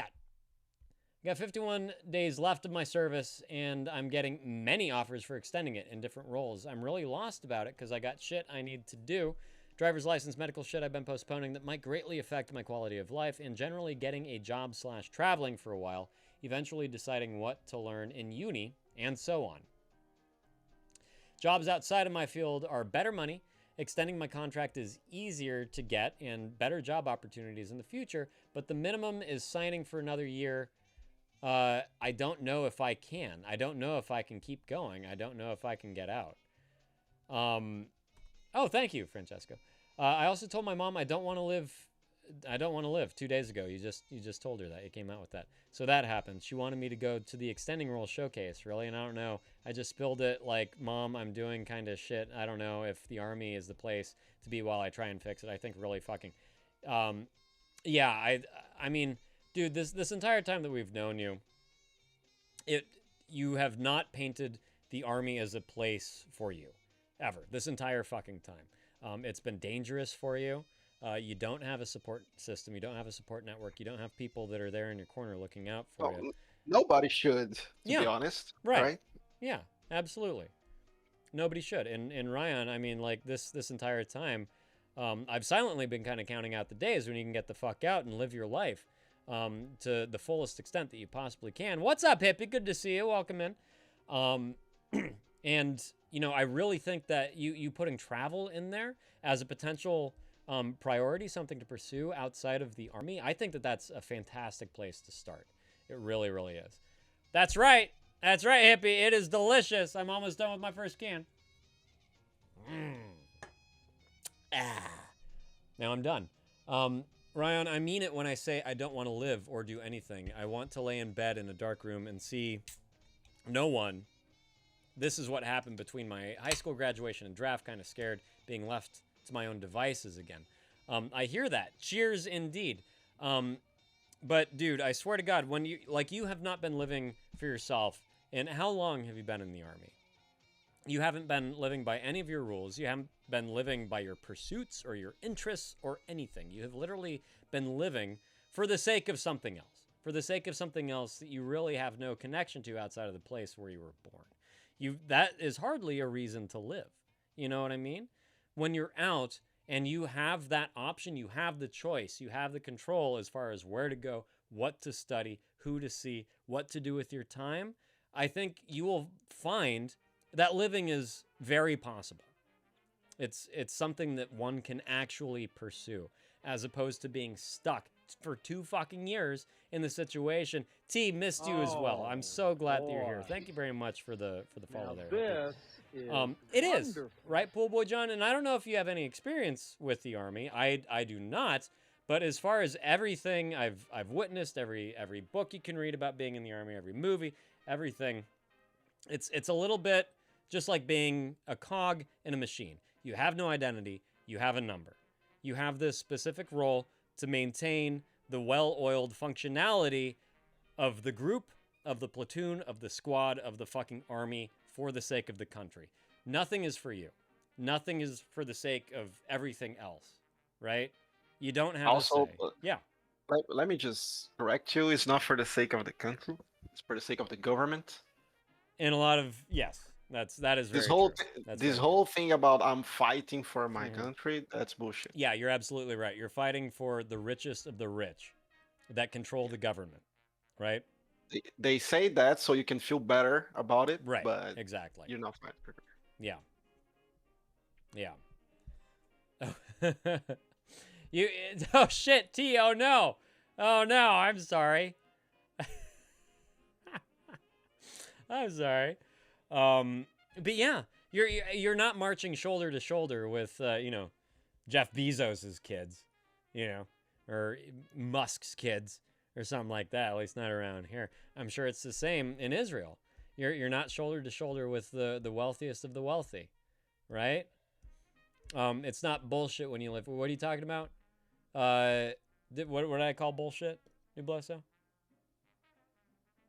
I think it's fighting for your country.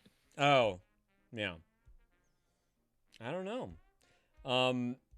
I mean, you're not fighting for your country, Ryan. You are defending your country. Right. That's completely different. Right. It is very fighting different. For your country in a war is bullshit.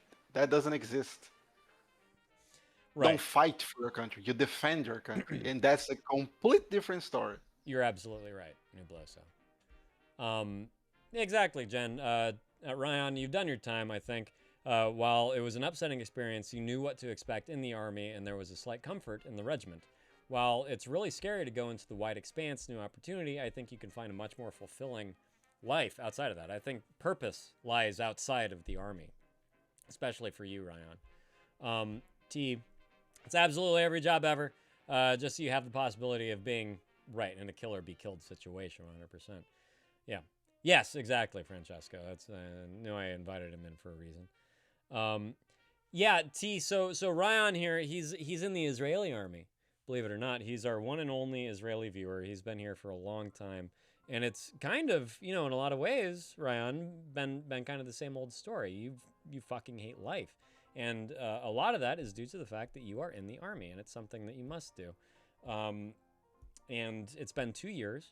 You finally see the light at the end of the tunnel. You've had a hard time just living to this point. And I'm sure that what comes after the army is very scary, because what skills have you been given to exist outside of the army?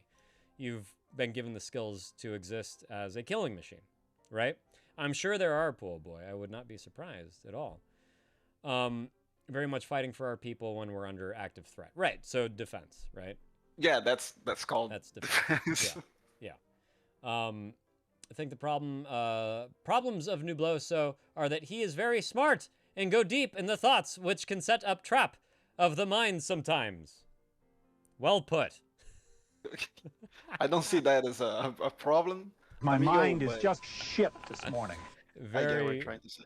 But to be fair, I think the Ryan feeling the way that he's feeling, very depressed and stuff, it only tells at least me that he's a normal person. Absolutely. Because dude, if someone says like, I feel at home in the army, I enjoyed my time in the army, there's something wrong with you. Yeah. And you should not be in the army, especially carrying a gun. Right. Absolutely. I fully agree with that.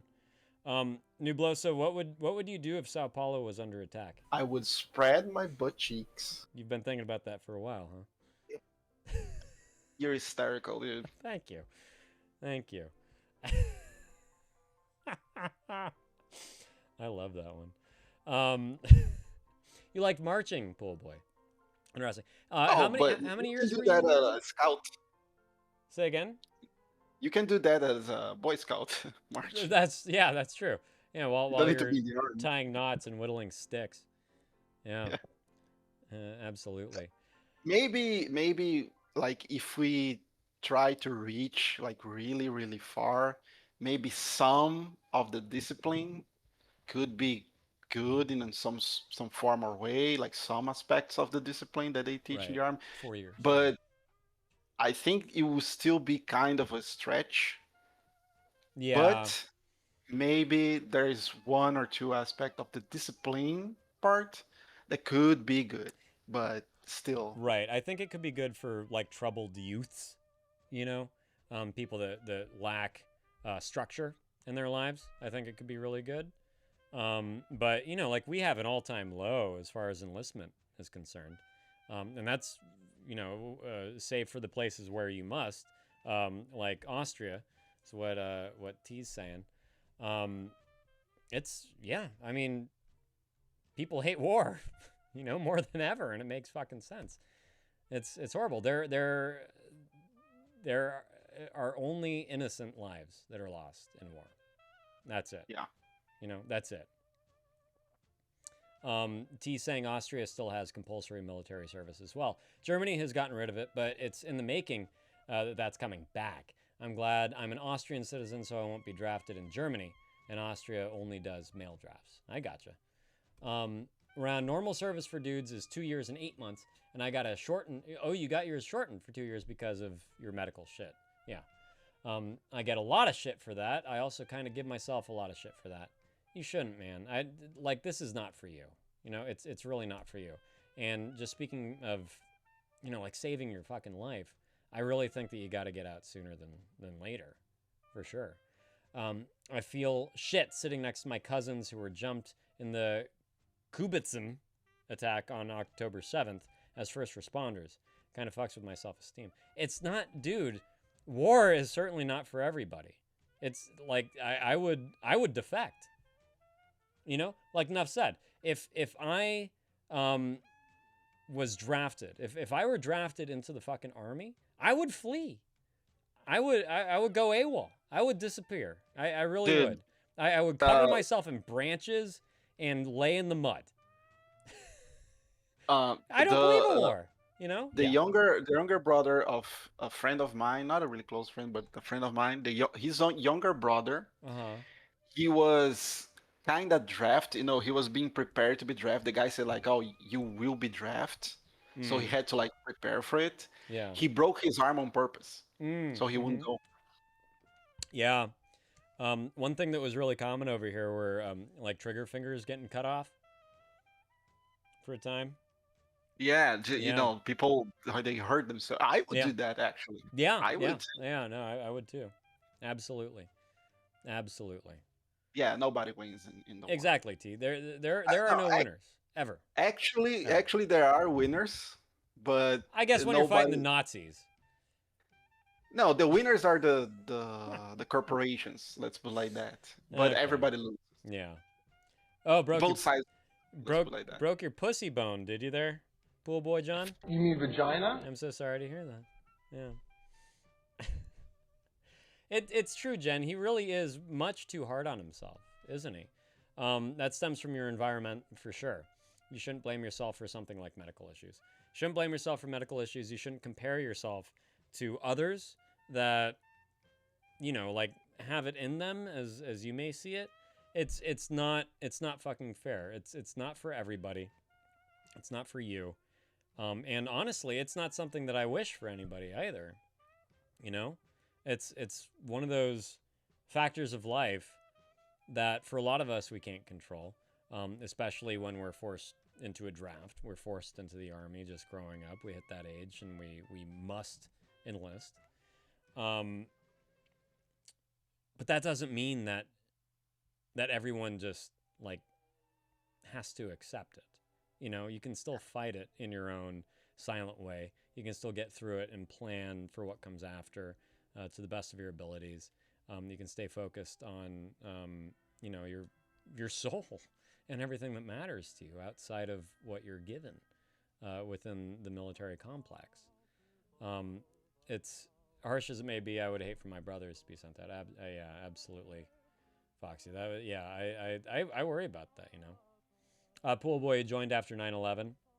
Were you deployed to the Middle East at all? You go to Afghanistan or Iraq or anywhere? Out of curiosity. And Clover, I think that there is a fair amount of that too. I'll let Ryan answer that, but he's not, you know, like out on the front lines or anything. Thank God.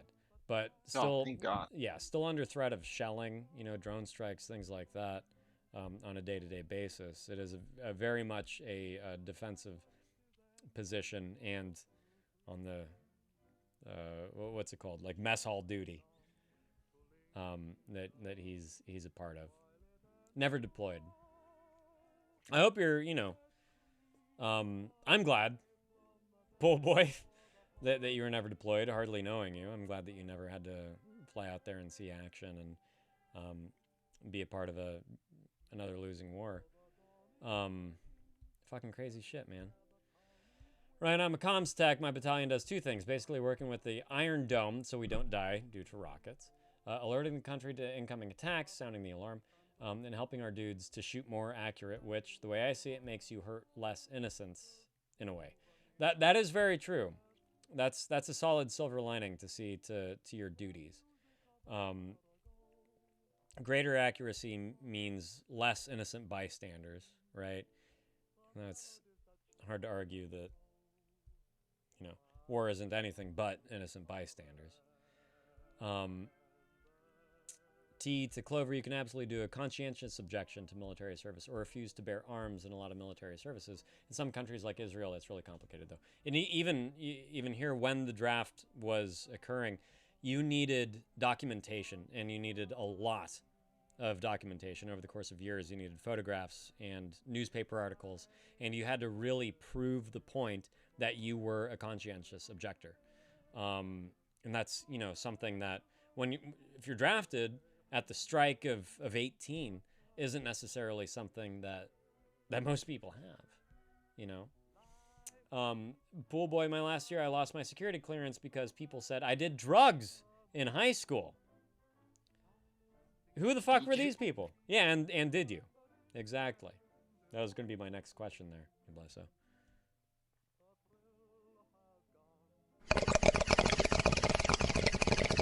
that pool boy in his barracks? Huh. Heard something. Clover, my dad made the army look fun as fuck. I'll send pics and Discord. Yeah, laugh my ass off. I'm sure. That's great. In Israel, just say you were religious. Thousands avoid service. Is that actually? Yeah, I've never.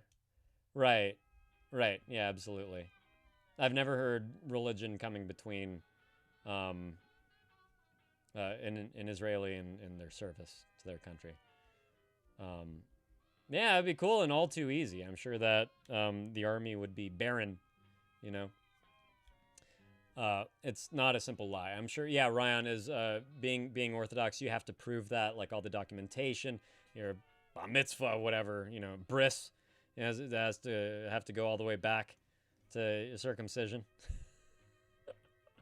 to be able to prove you're Orthodox. Orthodox don't serve. Right. Oh, are you? Are you pool boy? Nice. But I mean, you know, that didn't stop you from joining our army, naturally. In Israel, which is a huge difference, right? I'm sure that a lot still go, right? A lot still go. And is warfare, you know, like, is that against Orthodox Judaism? Is that against teachings? Joking a little. So is your dad Orthodox? Pool boy? Is that what that means? Your mom isn't, so you're really not? Right, yeah. No, I know, Ryan. That's why I bring it up. Sorry.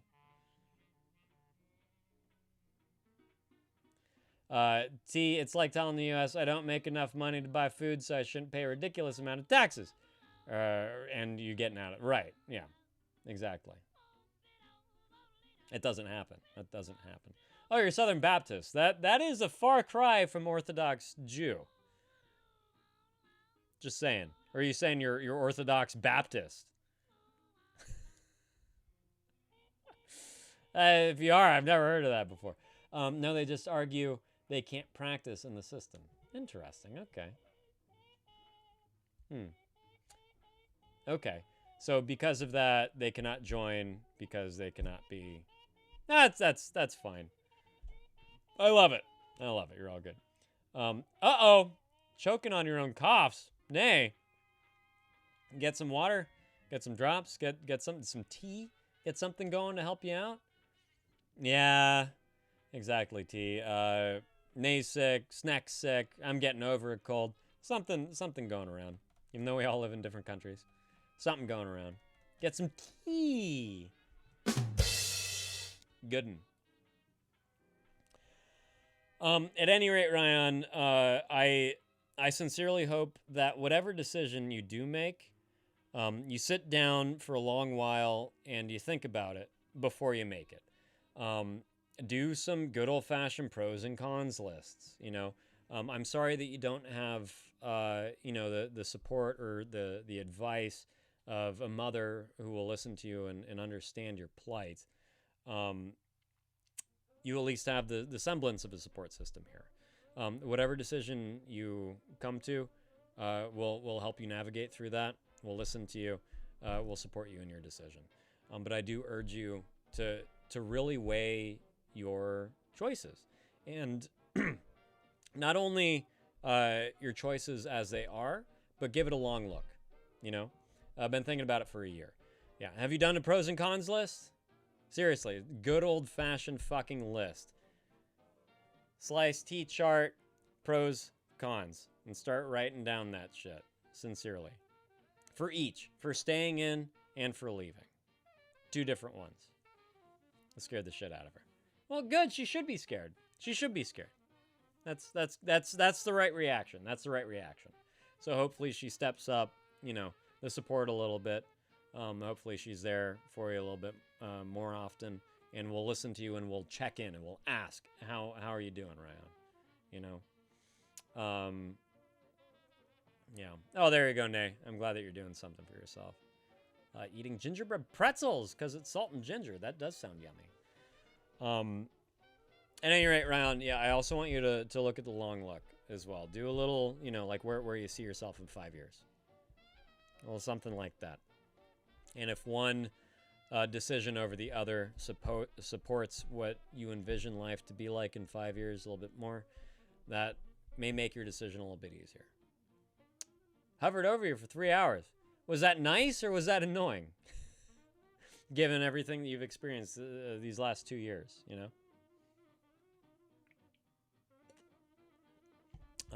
Answer that, and then I'm going to run and pee, and then Nubloso, let's get to your update, huh? Sure. Yeah. That's a great idea, Jen. And Ryan, you're in our Discord, right? Ain't ya? Wait, Pool Boy, Wait. how'd you get Winky? What? It's Ryan. Ryan, is he considering staying in the army? Is that Yeah. is it? Yeah. What? No. I no. know, Nubloso. I'll urge him up and down to get the fuck out and to go actually pursue life, as it were, an actual like living, you know, versus not living for oneself. Well, all you have to living do. for the sake of, yeah. You don't need a list, Ryan. All you have to do is look at yourself right now. Do you enjoy what you're doing? Who you are? Where you are?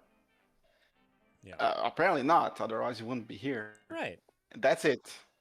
If I you stay in the agree. army, you're going to be in the same position for as long as you stay in the army. That's it. It's not gonna change. It's not gonna get better. Trust me. Right. Yeah. Absolutely. It's not going to get better. It's only going to get worse. You're going to hand yourself a signed shovel. Of course, they're gonna tell you that. Yeah, they want dude. you to stay. Yeah. No, that's exactly. They're going to tell you up and down that you fit in. That's their prerogative because they need bodies. All right, dude? Like, that's it. That's it. What do you tell yourself, Ryan? Do you fit in the system, Ryan? Do you fit in? Perfect. Are you happy? Right. If it makes you happy. In which one? Clover? Where is it? Chit chat? My sergeant. Yeah, we can really trust that guy. That's a damn lie, and you know The one who's genuinely a good guy says I'd make a really damn good sergeant, but he won't convince anyone to extend. Yeah, no, I don't. I wouldn't. Oh my God. Sure, that's the military. All right, who's Peace Glows? Is that you, Hippie Hendrix? Is that you? Yeah, no, I see that, Clover. That just looks like a spring break party. all that looks like. All right, you got it. You got it. Nubloso, do you mind changing Peace Glow's handle in the Discord to Hippie Hendrix? Nickname? Consider it done. Perfect, thank you. I'm going to run along.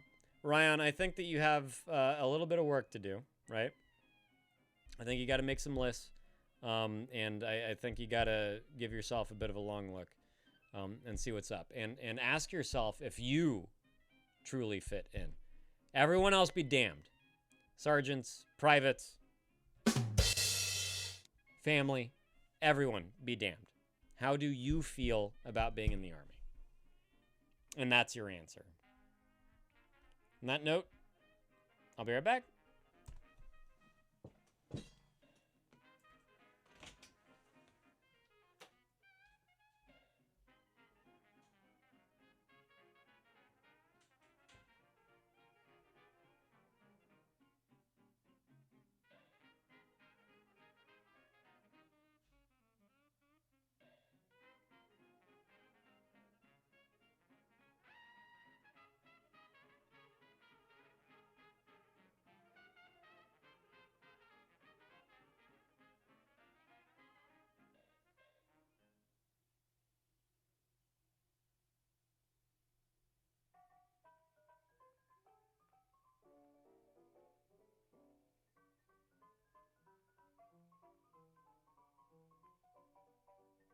Oh, okay. Yeah, I was gonna ask if that was Pool Boy John because someone with the name Cat's Ass joined the Discord. I almost banned by reflex.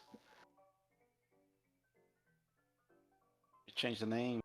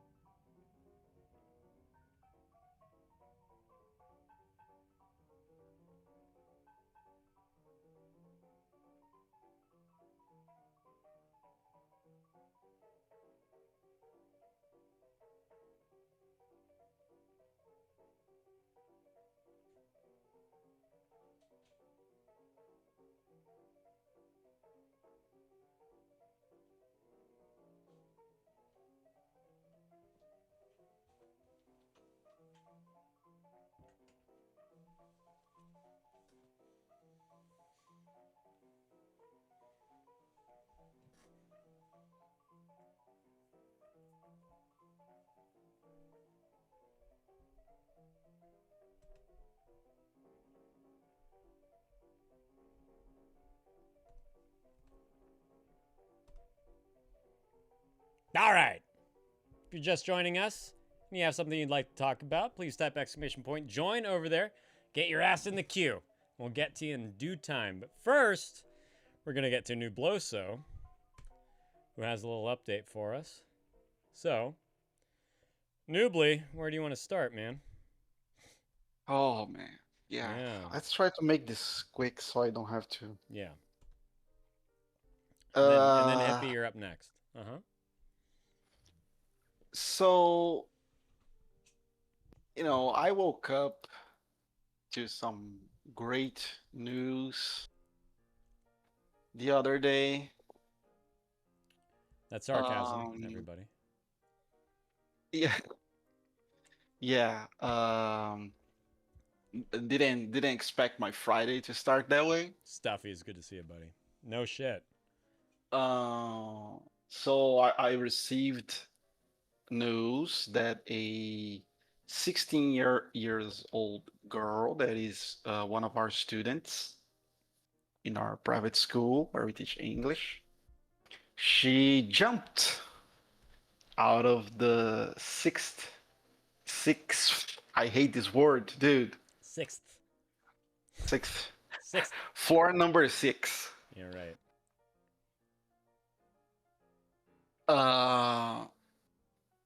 So now I am not that close to this student, so like it's difficult for me to receive updates and stuff from the family. Yeah. But we heard that happened. That's the second student of our school that, does that. I learned the lesson the first time that, it's not my fault. I had nothing to do with it. The school Right. has nothing to do with it. It's just how I know the person. But that's horrible. Yeah. So, but it gets worse. It gets worse because, at least at my point of view, it gets worse. Yeah. Okay. So you guys know me. I'm the bad cop. Yeah. I say whatever I need to say, and I don't care if people get butt hurt or not. Yeah. So I'm gonna say what I have to say, and if you guys think I'm insensitive or I'm being horrible or whatever, Yeah. you can save it for yourself. Right. So she jumped. What the fuck am I doing with my life? She had problems with her family and her, I think, inner circle or closest circle of friends that is from, outside of our school, nothing Yeah. to do with it. She had some, she had like problems. Apparently, she home. had bipolar disorder or stuff like that, and she, her family didn't know how to deal with it. It was a very, her household was not a safe place. Let's put it like that. She didn't have the sweetest parents. Yeah. And at 16, she was, already very familiar with, alcohol, drugs, and shit like that. And the only reason why I know this stuff, the only reason why I received the updates is because one of her friends is also a student from our school.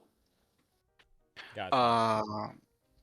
So, she was dealing with depression and a lot of shit. In the school, we try to, be as welcoming as possible. Especially, I try to do that a lot too, because we talked here so many times about how sometimes. Now, I'm not gonna say that I am any paladin of justice or a superhero or whatever, but sometimes the influence of a good teacher Yeah. can change things. It can change the course of someone's life. Yeah, we see It really that can. because that happens a lot in the negative sense. Right. Some people have a bad teacher and Yeah. it fucks up their school experience forever. Yeah. So I at least try to be different, but Yeah, it it's is what it is. Yeah. There's a limit to what you can do, and besides, Right. let's be honest. Teenagers, they don't really open up that much for adults. Right. We need to take the first step. The adult need to take the first step and keep trying again and again, in hope that eventually we'll get there. Right. But teenagers, they're always like, oh, I know the truth of the world, and you don't know what the hell you're talking about. Like, right. And they're adults the and only one teen- experiencing whatever they're experiencing. Yeah, exactly. Yeah. Everybody here has been a teenager. Yeah. It's Fucking just- dumb. Yeah, exactly. Yeah. But we tried anyway. She had she wasn't from my class, but Mhm. she had her friends in the school. I saw her Good, right. often. Mhm. Anyway, this thing happened, right? And I thought okay, so she dropped from 6 floors. She's gone. Yeah.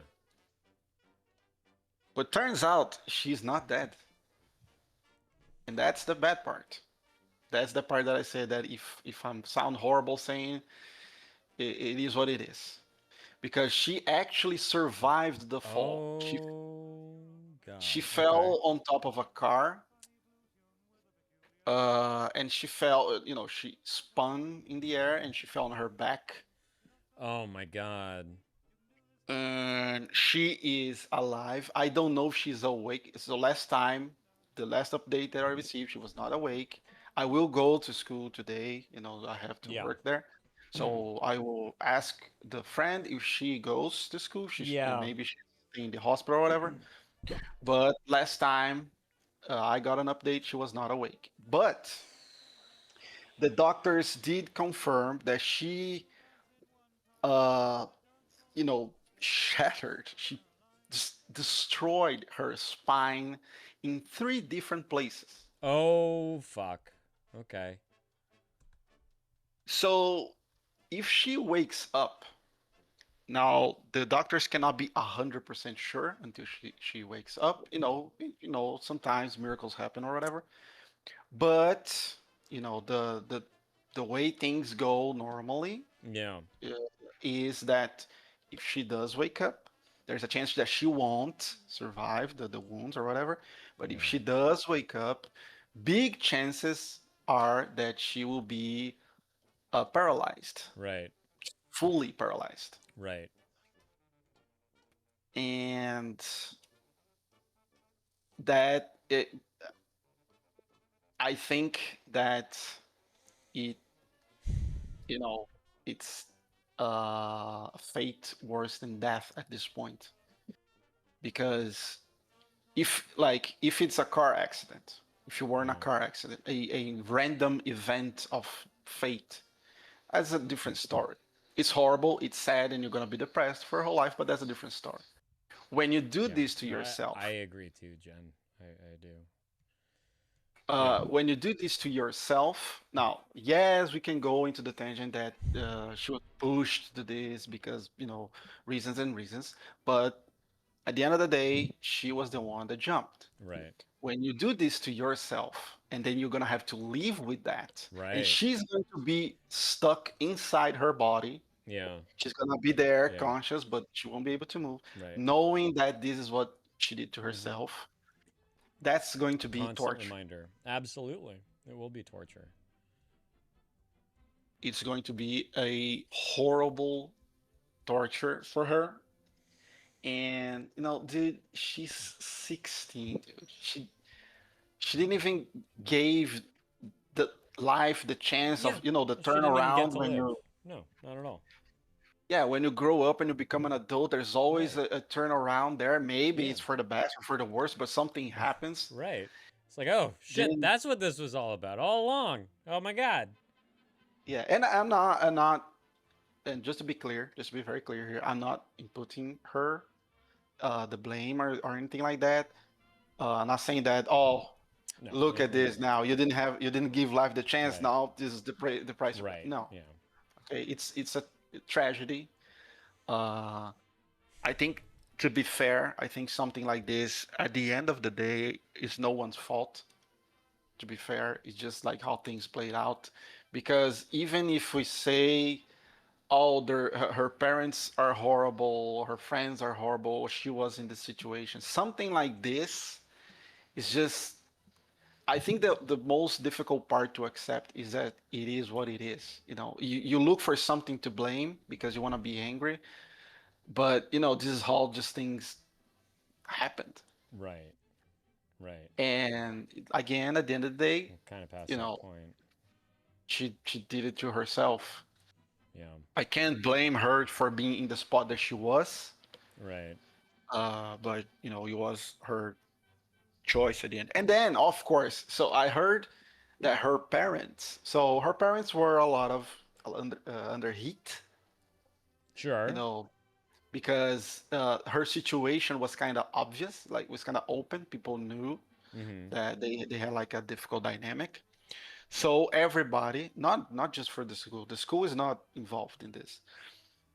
But the people were after the parents, and they were under a lot of heat.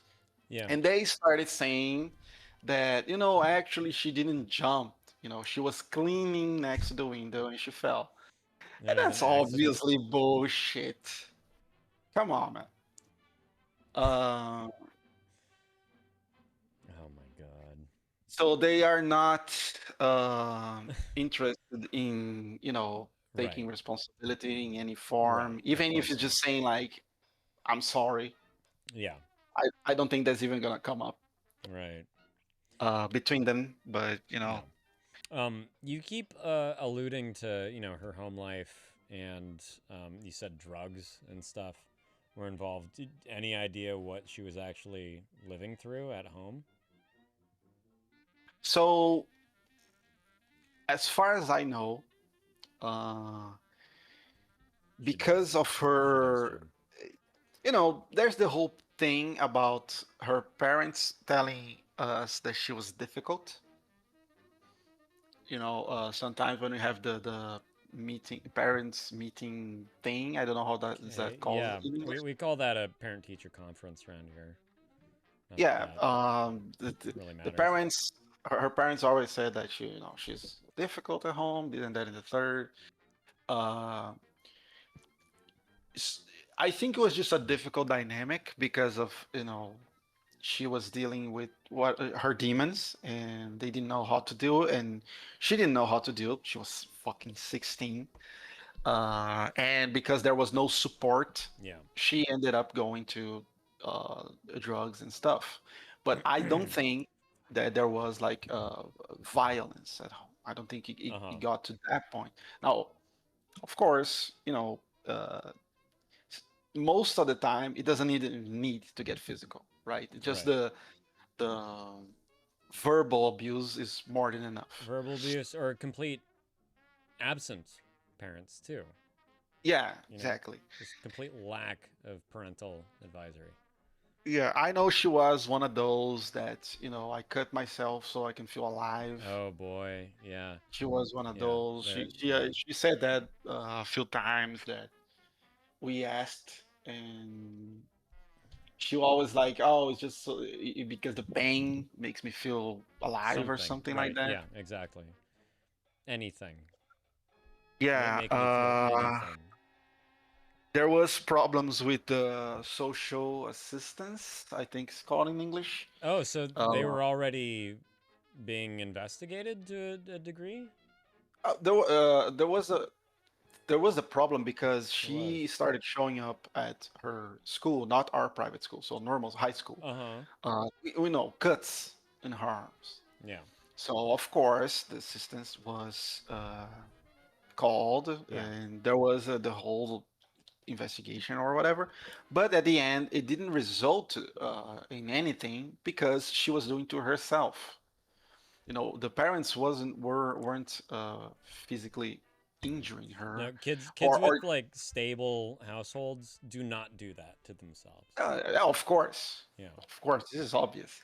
And she had like some this I never saw, but her friend told us that she did had like needle holes. Marks? Oh shit. Yeah, some marks or whatever. Also, but those I never saw. Apparently, it's like in the foot or whatever where you can hide or something. Oh yeah, like between the toes kind of deal. Yeah, something like that. Oh But my god. like she was doing some, because when the friend said that she did drugs, eventually, you know, after I given the friend a lecture about, you know, you're 16, I should be touching these things, the yada yada yada. It doesn't matter the fucking drug it is. Right. You are too young. It could be even cigarettes. Just don't touch it. You're too young for that. But anyway, eventually I asked her what kind of drugs, because you know you always think about weed, right? The first thing that comes to mind is there's weed. Right. But apparently she was, you know, past weed already. So like, she was like doing fucking heroin. I think so. I don't know all the drugs that you can inject. Yeah, I mean, there's but a lot. You can inject meth, morphine, you know, just about anything you can cook up. Yeah, but I think heroin is probably like the most common one. Yeah. Maybe easier access or whatever. So maybe that. She used to snort cocaine or whatever. So she was kind of. Her friend said it's not something that often. It's not something that she did every day. But I told her it doesn't matter. She's 16. You do that once a week is more than enough. Do it once. Period. Yeah. Period. Do once is more than enough. Yeah.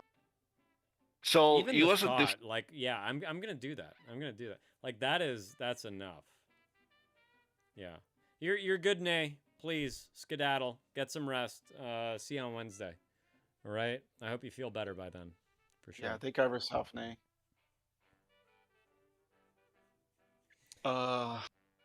It's and the circle of friends were all people that did the same, so no help there either. Oh boy. So like she had like no place to go. Also her parents. I asked about therapy, of course, first question, and this I asked the girl. I think it was the first or the second time we talked about her cuts or whatever. I never talked with her, just me and her. Okay, again, she was not my student, but right. I did see her very often, and I asked about therapy, and she said that her parents are like those old school that thinks that therapy is for crazy people. Yeah. And I told her a lot about how it's not. I love you so much, man. Yeah, but again, there's only so much I can do. Yeah, that's what I just said. And then eventually I received the news, and I thought, okay, if we try to see like a silver lining that was lost, maybe she finally found peace. But hey, I received an update that actually she's alive. Yeah. And when I read that, I was like, holy hell. Yeah. That's also, I mean, it's so fucking horrible. Just like wishing that they had completed the objective. It is, but like they were so tormented by whatever was going on that they had to do it. And now, living paralyzed, potentially brain dead, like feeding tube, whatever the fuck comes next. Oh my God. It really is the worst situation. Absolute worst situation. Holy shit. Yeah, oh boy. exactly. Everyone can use therapy. Everyone can use a little therapy. Truly. Like your dad showed up late to a football game when you were 13. That's 5 years of fucking therapy right there. Truly. It doesn't matter. Like, don't compare yourself to others and what they've been through. Whatever you have been through is your experience, and it has affected you to one degree or another. So go fucking get therapy. Just go do it. Just go do it. Everyone can use therapy. Truly. T says, sad thing is, even if parents support you going to therapy at that age, therapy very seldom actually is fruitious. Yeah.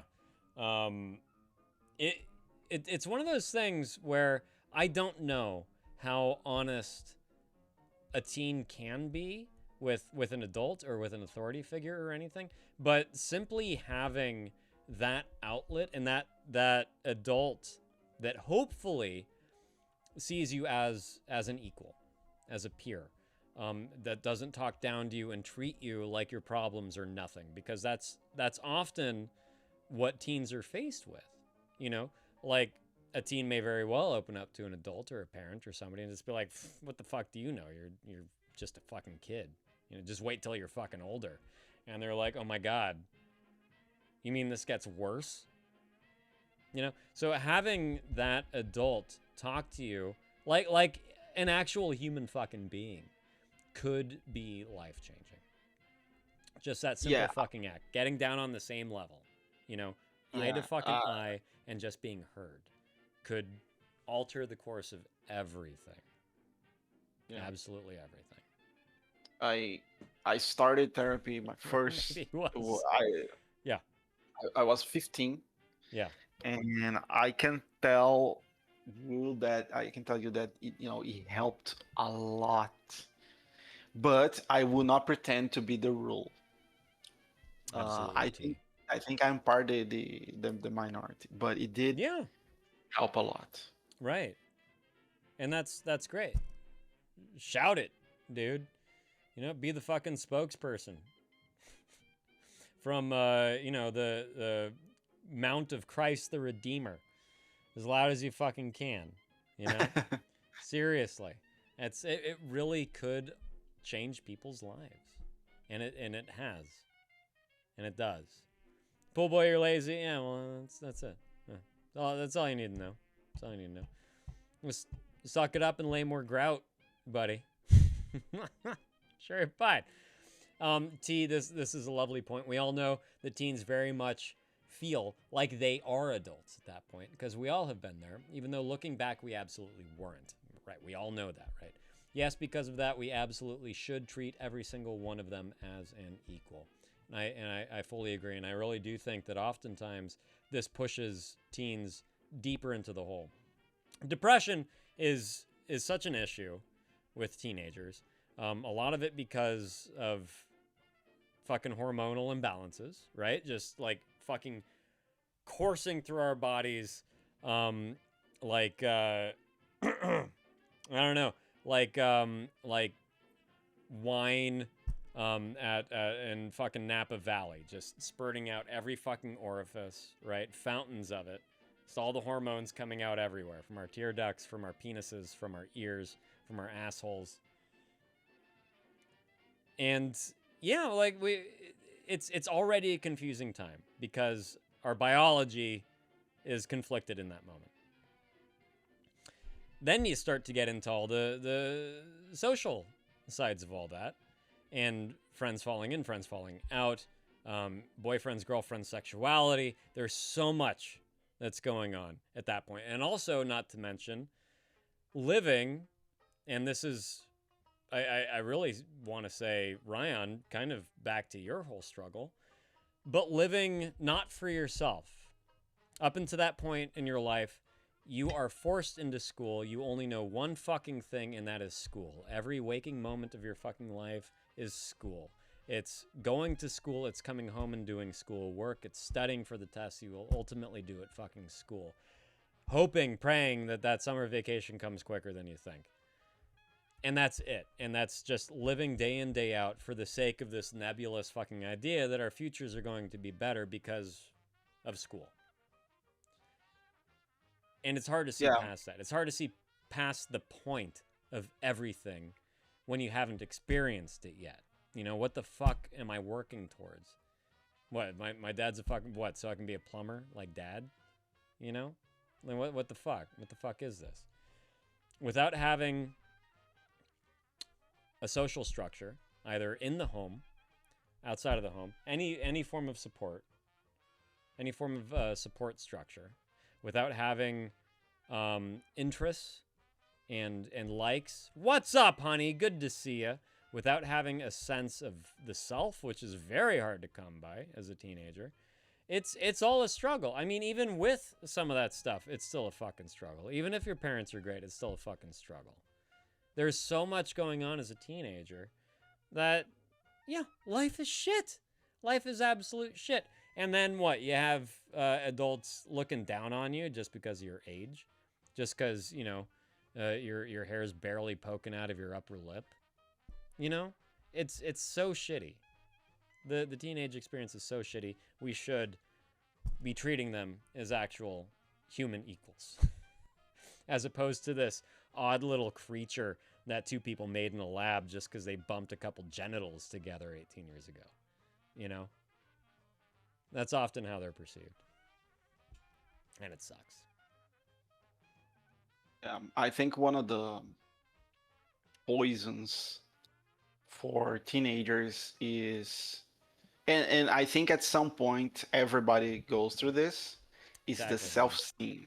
Mm-hmm. You know, it doesn't matter where it's from. If it is like a disability that you have, or it's like a physical thing, like in appearance. We know teenagers care a lot about that. Whatever, if like financial situation with family, it doesn't matter. But Right. the self-esteem Exactly. blow on teenagers, that's I think is one of the worst parts. It can really shape the adult that that teenager will become. Yeah, absolutely. Absolutely. Yeah. Yeah. Exactly, Ryan. That's exactly the way it's treated. It's like you don't have to worry about a fucking thing. You don't have to pay the bills, you know? You don't have to maintain the electricity or pay your cell phone. Your problem's bullshit. Doesn't exist. So wait until you see real fucking problems, you little twerp. You know? That's the way it goes. Bull boy, is that you? Is that you in the middle there? Say, thanks for joining that. Or dropping that. Thanks for joining the Discord and dropping that. That is true, T. Not only for teens. I've met so many adults that had no self-esteem because they feel like they are so much worse. And they talk down to themselves because they truly feel like that. Being kind to yourself is so looked down upon. It's that. It really is. And it's really hard to get out of that cycle when you are talked down to from the people that matter most, the people that are supposed to have your back the most growing up, your parents, your teachers, grandparents, whoever the fuck it's supposed to be to nurture you and to raise you. If you live for them, if you live to satisfy them, if you're told that you're nothing because you're a kid, because your problems are nothing because you're a kid, it continues that fucking cycle, and it continues that pathway towards absolutely no self-esteem. It's absolutely true, T. Honey, how you doing? I'm so glad that you're here. Good to see you. Hope things are well. Can we get a shout out for Honey, please, if you didn't do that already? Pretty, please.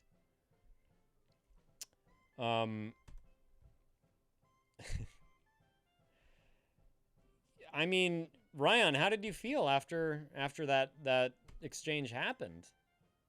Out of curiosity, you know? And what do you mean closing the door?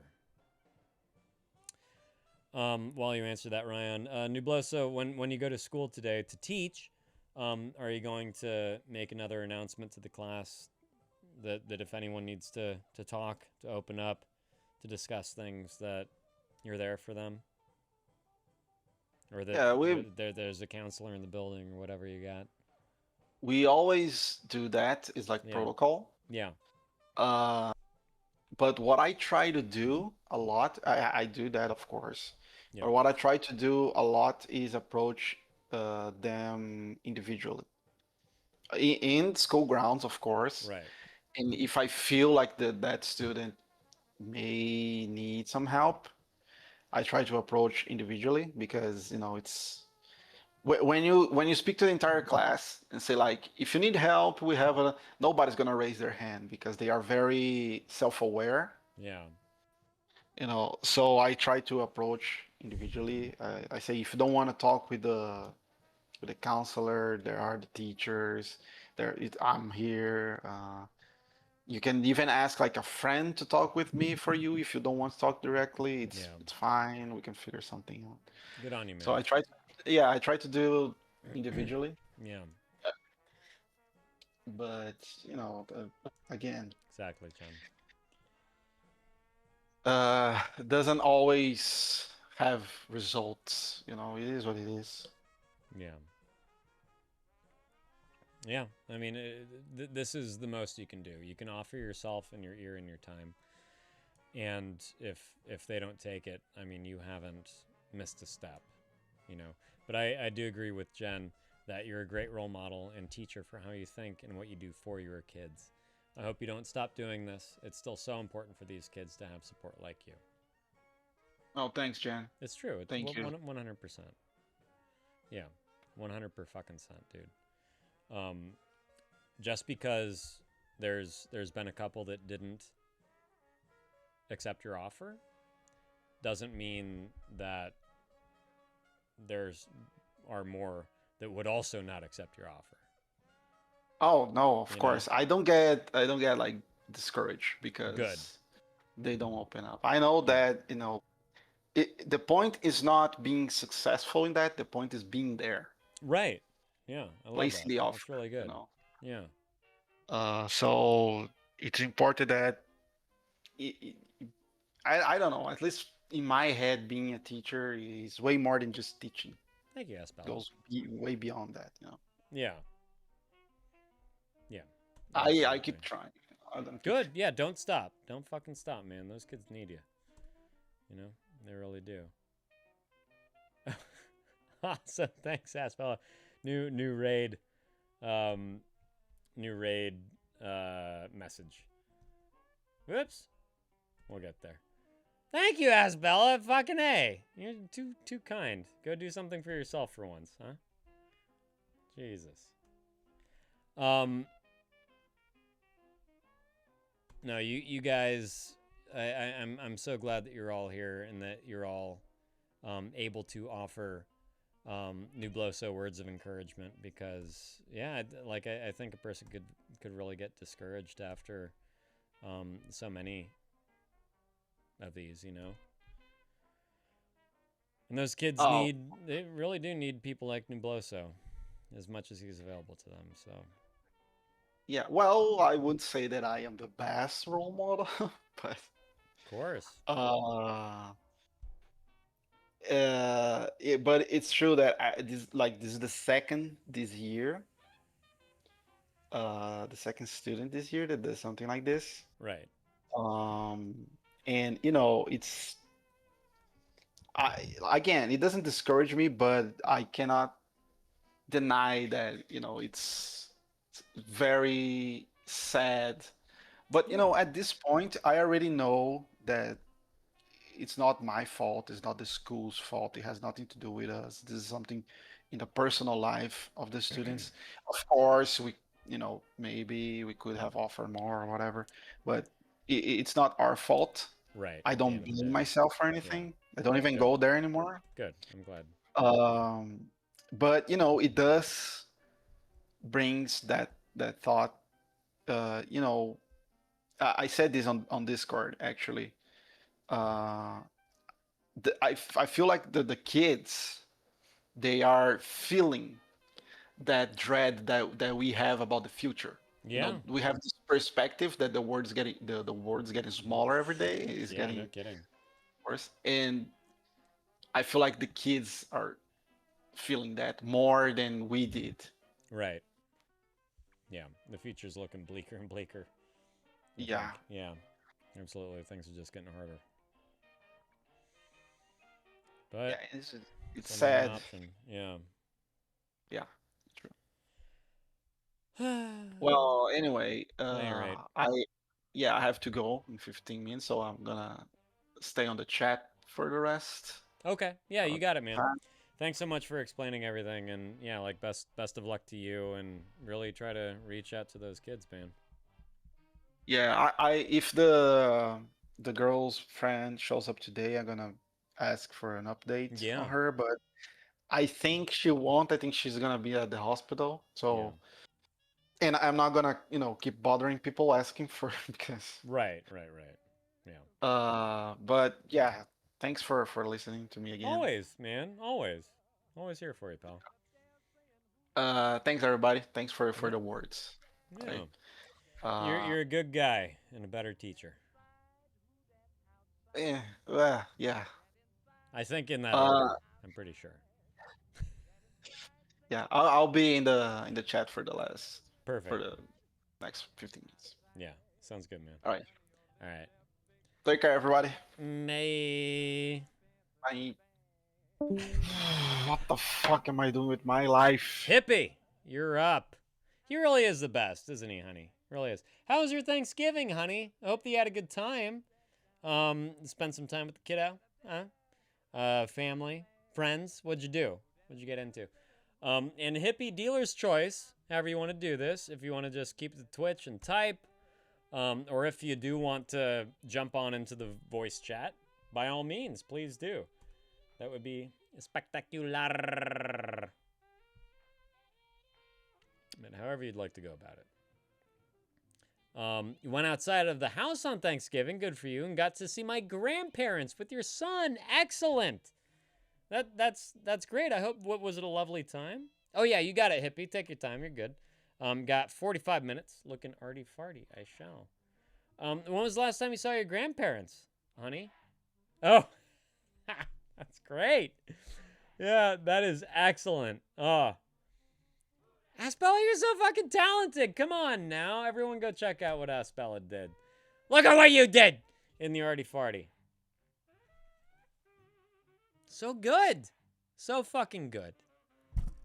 Yeah, Nubloso, as long as you show this fucking kindness and this respect to these kids, you are being a model, whether you like it or not. You are modeling something that these kids will take with them into the next few years, into their adulthood, and they will know how to treat other humans, so don't think that just because no one has come forward to you yet that you're not making an impact, because you are. Showing these kids the way an adult behaves around people that need a little guidance, that need an ear, is huge. So don't sell yourself short there, buddy. Truly, Come on now.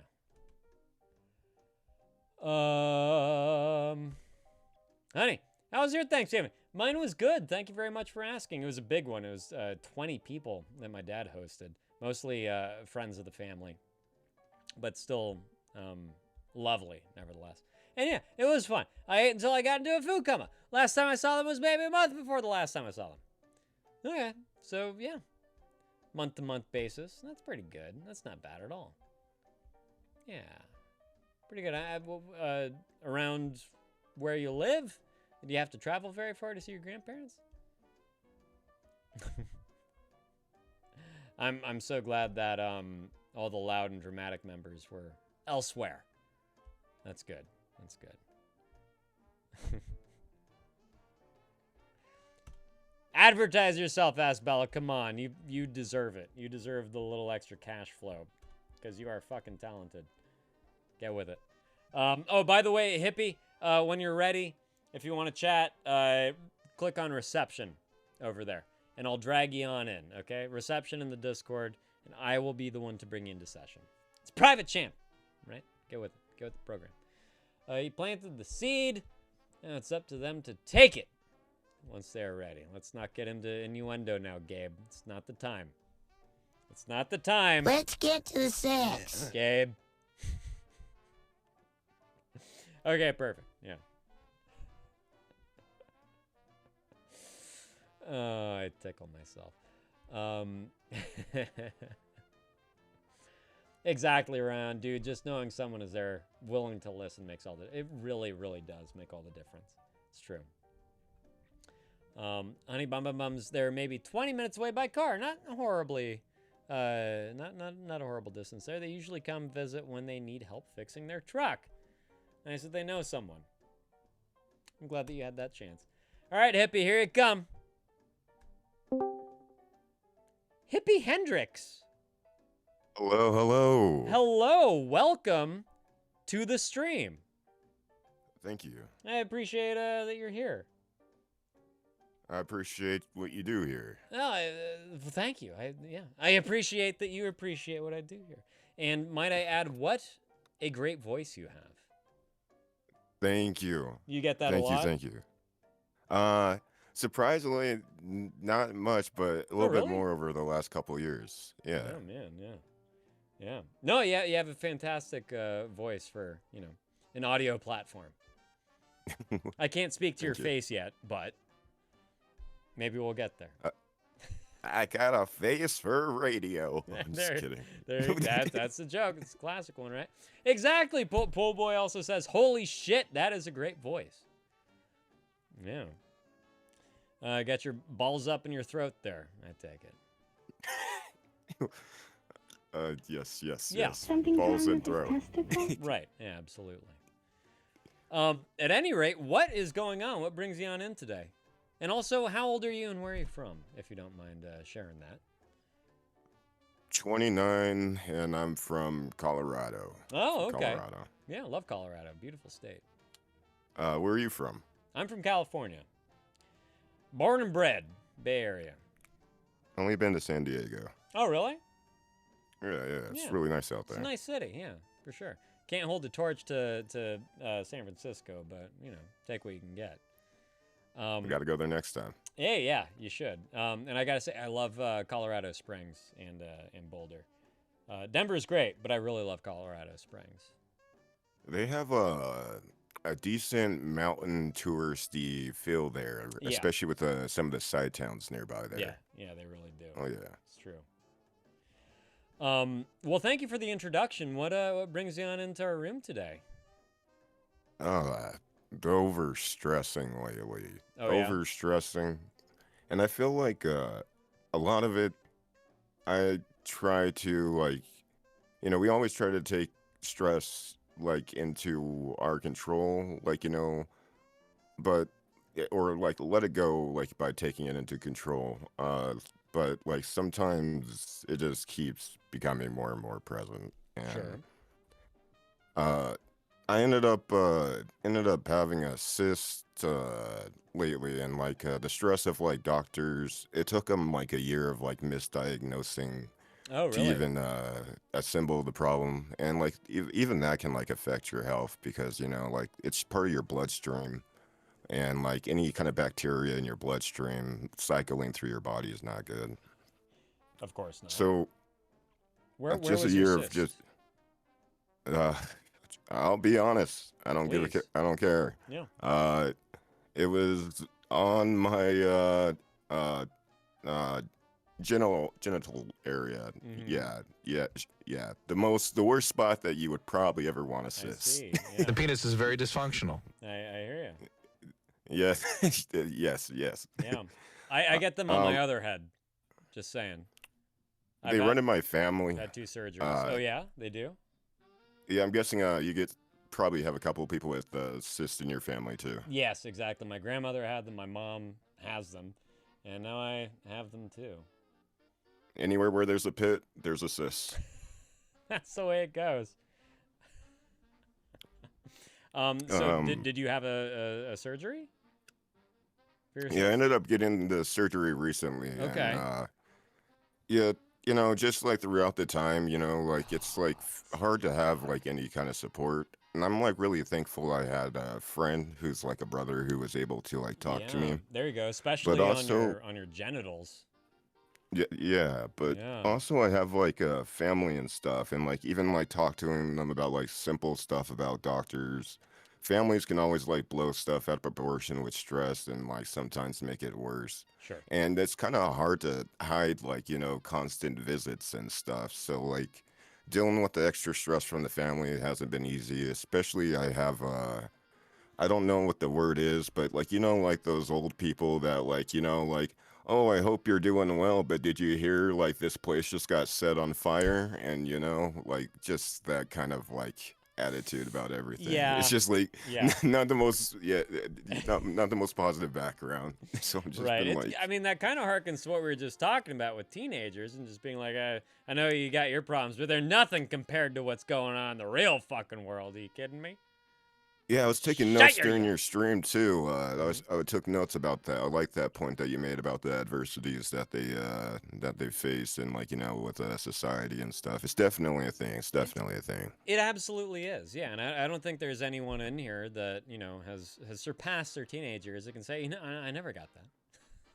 You know, it's a blanket fucking statement. I'm generalizing for a reason because it is the general experience of everyone that has made it to their teenage years and has Like, grown through them. You know. Like a funny example of like you know like everybody likes to get you know pick a name to call someone they'll pick Yeah. on them. Yeah.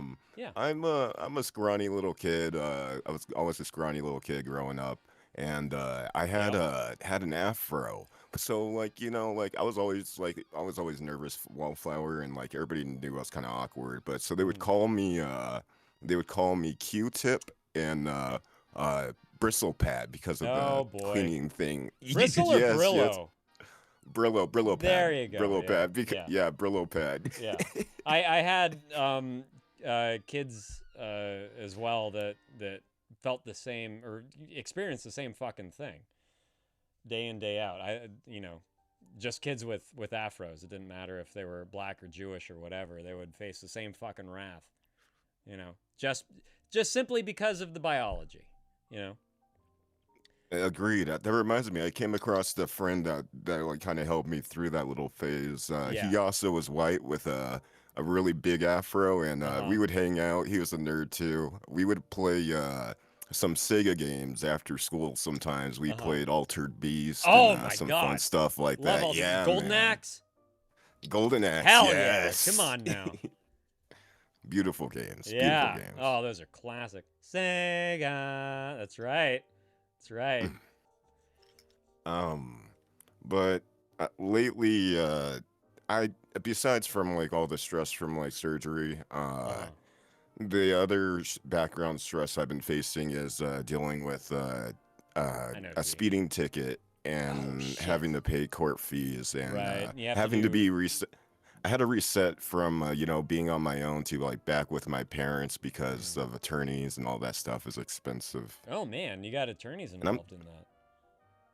It was In the movie 64 violation. points I was risking losing. Whoa! How fast were you going? I was going probably about 65 and a 20. In a 20. It Well, was yeah. if you're familiar with Colorado, Garden of the Gods, they used to do a race scene up there. I am familiar with man, Garden. Beautiful area. Beautiful area. Stunning. At night, it was a race scene, so you would have people showing up there doing all kind of crazy, stupid stuff. Thank you, Nublosi. Take care, buddy. Of course, they would do crazy, stupid stuff up there. Ended up getting in trouble racing, crashed car, all that. But anyways, I was able to like pay off some of the fees, but I got attached on SR 22, and I had to retake some like classes. And... Were you drunk? No. I wasn't Okay. drunk. Because that's But, typically a DUI thing. Everyone out there that gets tacked on, but is that also for reckless driving? They test for DUI in every single situation involving an accident. I was not under any influence that night. Okay, that night. I do smoke. I Asterisk. do smoke. Y'all hear that asterisk. Did you crash that night, or were you safely pulled over? I crashed that night. I was doing also legal racing too out of a track, and I did a whole entire track season without changing my tires. And that night it wasn't raining at first, but then it started raining mid-race, and I lost control. Oh boy, okay. This is kind of like the perfect storm of shit. Yeah. Don't get any ideas now, pool boy. No ideas at all. Come on. Cheers to that. Also, I brought a drink with me because I saw you had a drink on stream. I thought, Yes. you shouldn't be drinking alone. Clink. Thank you. I appreciate that. Hold on, I got a little thing I can clink with. Yeah. Okay, there. I'll do a. There we go. Cheers. Cheers indeed. So are you still at home, or are you back out independent on your feet? I'm trying to get back out independent on my feet, but also my job history has kind of made it hard. So I'm gonna start lying on my resume, heavy. What are the prospects? So far, mostly fields, and this is the field that I messed up in. I did management for like a public stores before. I ran food trucks. I've done catering, but the part that kind of like messed my resume up was working at a gas station. Oh, really? Yeah, in a job like Forbes, like and stuff like that, like what every business person reads. Gas stations are actually the worst place to for like if they hire someone that worked at a gas station before, the chances of that person staying within the business that they hire them into is not good. Really? So like statistically, I'm at a disadvantage because I work there. Whoa. They literally kill your resume. Yeah. That's wild. I mean, like what age did you work at the gas station? I worked at the gas station I worked there. First job was like 18, like when I worked there. I left, went to public storage when I was like around 20. Went back to the gas station around like 22. Okay, for how long? For like each one was like for about a year and a half to 2. Okay, I see. The reason for I left the first time is because Diamond Shamrock shut down. R.I.P. Diamond Shamrock. Well, pour one out for the Irish gas guzzlers. There was someone on my team that worked there for 28 years. They never found a new position for him. Wow. Okay. Crazy. Yeah.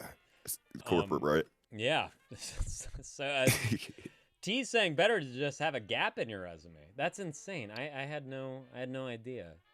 Yeah, and the reason why with the gas stations is because I didn't realize this, but it's because they also allow felons to be hired there. So that's why I'm placed into a terrible statistic now. Okay.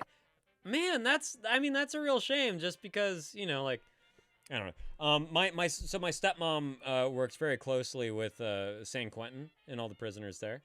And it's like these people getting out of prison should have these opportunities. We should be applauding these businesses that allows felons to have a job, right? So that recidivism is lowered. That really sucks. That sucks so fucking much. On another note to that, we should really, really inspire like that idea of like, like new start, new change, like if you like let someone into like, like say someone can like get back into the system and then there's no system for them. It's not right. They should be like an even ground, like where like, for everybody. Absolutely. It's like, sure, it's punishment, but it should also be rehabilitation first and foremost, Absolutely. Yeah. 100%. I'm glad we're on the same page.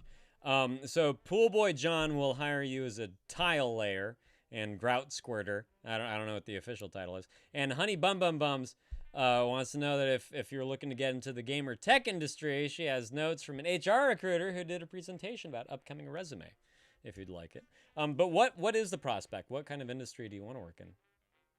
I want to work in an industry that involves speech, something that involves like Why something. Is that? I'm joking because your vocal cords are hot and sexy. I want to motivate people. I want to motivate people who also been through stressful situations and even ones that I don't understand. I want to specialize in empathy and helping everybody. That's amazing. Yeah, a regular Tony Robbins, but a real person instead of just a clown. Oh yeah. Yeah, that's amazing.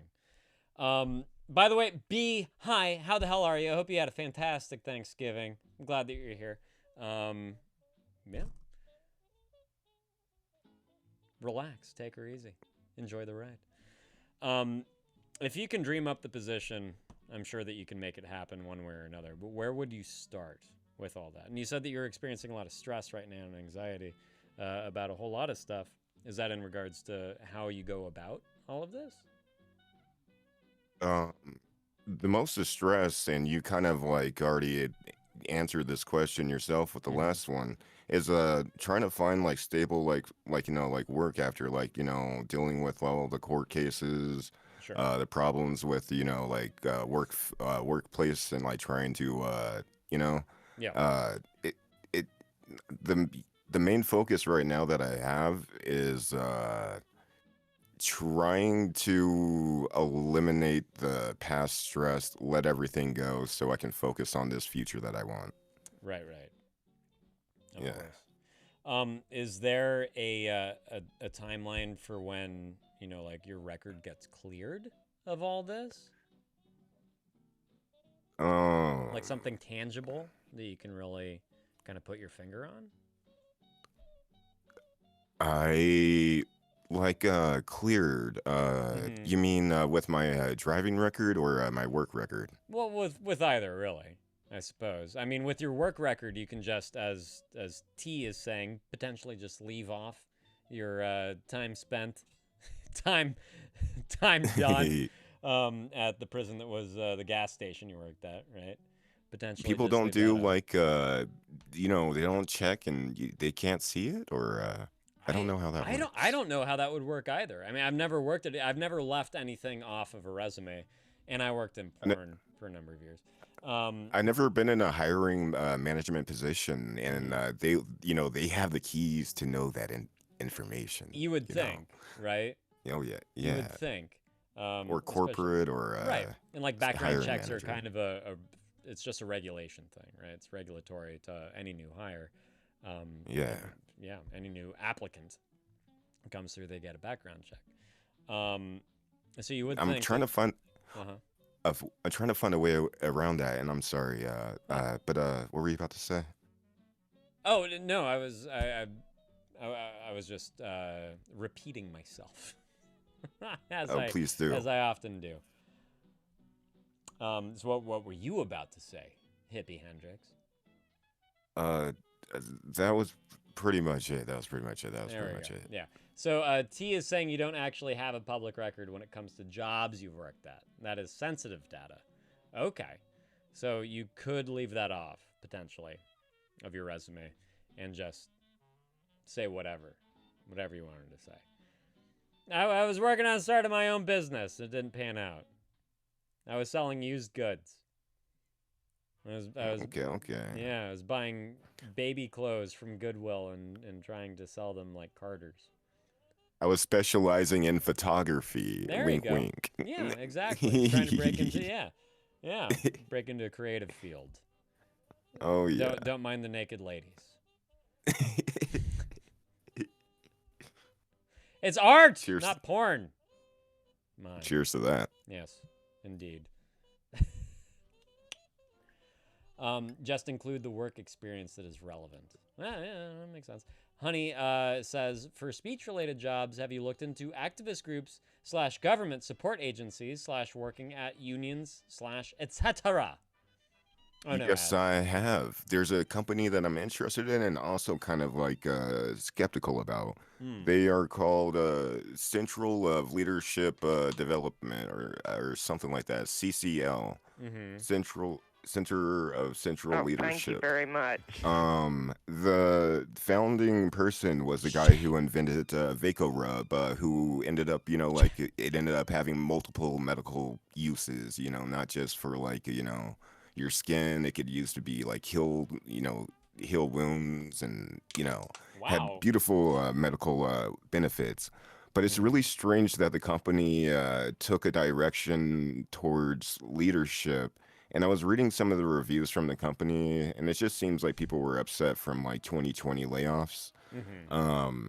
But I feel like, I like their motto, like that they inspire to create leadership and help people with any business or any idea that they have. And they do research projects, they're independent researchers for people who have ideas. And they help give them ideas and bring them to fruition. Amazing. And it's a nonprofit kind of thing. Yeah, that's really great. That sounds like a really great opportunity, kind of like a win-win situation. I want to find anything that's like that, similar, or, similar-wise, where I could use my voice to, kind of help motivate people. Sure. And what a voice to do it with. Seriously.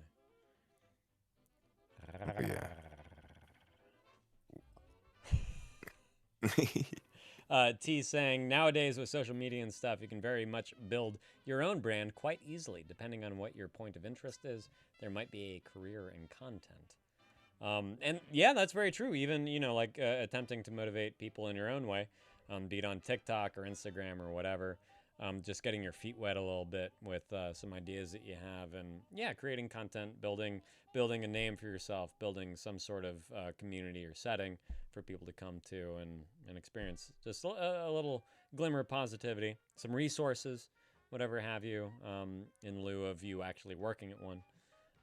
There are personal options there for sure, T.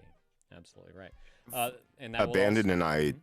I have abandoned an idea on that. I had an idea of something that I wanted to do similar for like helping people. I wanted to, like, my name's Thank you, Hippie Hendrix. I want to do a music idea where it's like a nonprofit where like I can get like help to have a house that has a studio for independent artists that want to like do their own thing, create That's their own amazing. label, create their own music, Yeah. and allow a place like where they could live and also use studio and you know, like Wow. come Like come and Big Pink. record. That's Yeah. amazing. Yeah. Are you familiar with Big Pink at all? Big Pink. Yeah. No. It's a legendary house. Jen, maybe you are aware of it. But one that like the band lived at. They're called The Band, Robbie Robertson and et al. That Bob Dylan recorded at. It was just like a house of musicians, and they made a bunch of demos and a bunch of tapes, and they recorded major works there, full-on albums. Music from Big Pink is a really popular one. If you ever heard the song, "Take a load off Annie, take a load for free." You know that song? Maybe not. I don't know. My It's 80s the band. verse is not well. I'm not well versed with 80s music. Oh, thank you, Asbella. Put the load right on me. It's that must have been 1971 or so, by the way. So a little out of the 80s wheelhouse. But those are I feel like those are few and far between these days. That's a fantastic idea. And being a musician, an independent one, as is Jen, who's in here, Faintest of Hearts. She's also a musician. I think that's a fantastic idea. I really do. And a good thing to pursue. Speaking from a creative standpoint, naturally. Yes, Def is what she says. That would be awesome, man. That'd be really, really fucking cool. And again, what would be the building blocks to achieving something like that? That's kind of like where I abandoned it. I'm not too sure where to start with trying to find sponsors for nonprofit ideas like this. Where's that spelling? Right. Would you start with the equipment and some demos to prove to sponsors and potential investors that you have this thing going? Social media is what T is typing in all caps. I know T is absolutely right. Social media, unfortunately, to a major degree, because I absolutely fucking hate the thing, is such a huge part of anything we try to accomplish. As in like this communal setting these days, right? Reaching out to people, gathering people to use our services, whatever it may be, just getting the word out there that this exists for people to use. Social media is at the forefront of it all, and we have to do that. We have to set aside the time. We have to make the content. We have to drive that forward using social media. And I don't know if you're like me at all, Hippie, but I couldn't be fucking bothered. My wife works in social media marketing. That's her job. That's her 9 to fucking 5. That's how we pay the bills. And she's always like giving me ideas and stuff, how to promote this stream and all sorts of things. And I'm just like, I'm never gonna fucking do that. I hate it. I hate it too much, you know? I hate it too much to spend my time on Facebook or Instagram or TikTok or any of it. I'm absolutely with you. I have no idea about anything. I have Hippie in my name. I just got a computer. I never had a laptop. Well, you have I Hippie in your name, never but you don't had know the any band. kind of like access to the internet besides my phone, really, and I barely even use that. I don't have Instagram. I don't have Snapchat, Twitter. Right. All this stuff I had to like have friends create for me because I don't understand any of it. No, nor do I. Ryan, you take it easy, my friend.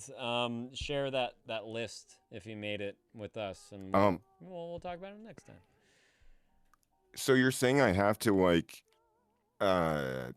get like people like on board with this to have like the sponsors like do I like get a hold of like artists who like want to do this idea about like doing like a studio, and like I'm not too sure how to present this idea of I'm really reaching using into what social network stuff. No, of course. I'm really reaching into what my wife would say in this moment.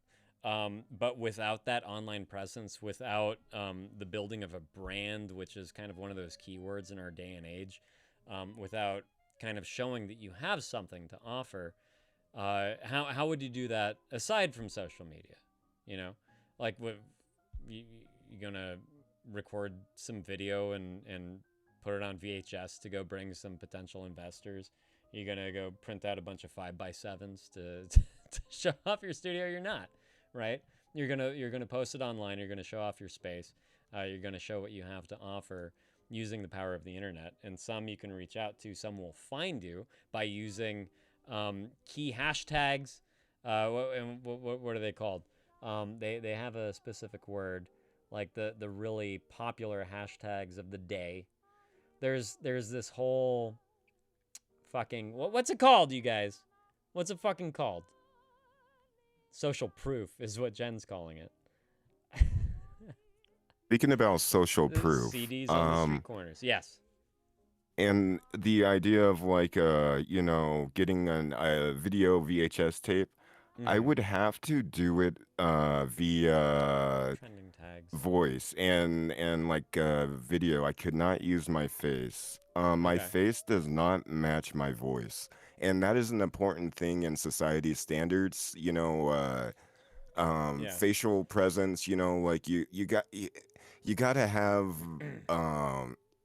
like you have charisma, like you have both. You have a good voice and you have a good face, and like it allows you to like be able to like use both effectively,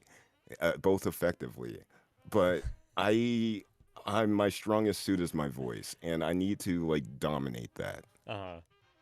Yes. You definitely have a wonderful voice. That's for sure. I have no idea what you look like, but if you're willing to post a picture in the face reveal, please fucking do. Jen is saying, Faint as Parts is saying, do a VTuber thing. That's certainly a popular thing these days, I think, for people that don't have the confidence to put their actual visage online, but still maintain their voice. That's certainly a place where you can meet yourself halfway. I love the idea of VTubing, but I want to use like a video on like YouTube to create a message out to every single music artist about Yeah. this idea of like, starting the studio and doing their own thing. Yeah, there you go. Oh, yeah. Yeah, and T also brings up a good point too, is that confusion keeps people interested. Face-voice mismatches are absolutely loved, and people are fascinated by that. I do agree with that too. Seeing someone that you've heard talking for a long time for the first time is something that's really intriguing, for fucking sure. And putting a face to those vocal cords is an absolute pleasure. And yeah, like initial shock, because it never, no matter how much you fucking assume someone looks like, it will never meet your expectations of what that person looks like, right? And there's always, even if like you're a scrawny dude that could have been one of the leads in Revenge of the Nerds with a voice like that, it doesn't matter. You will never meet anyone's expectations with your face.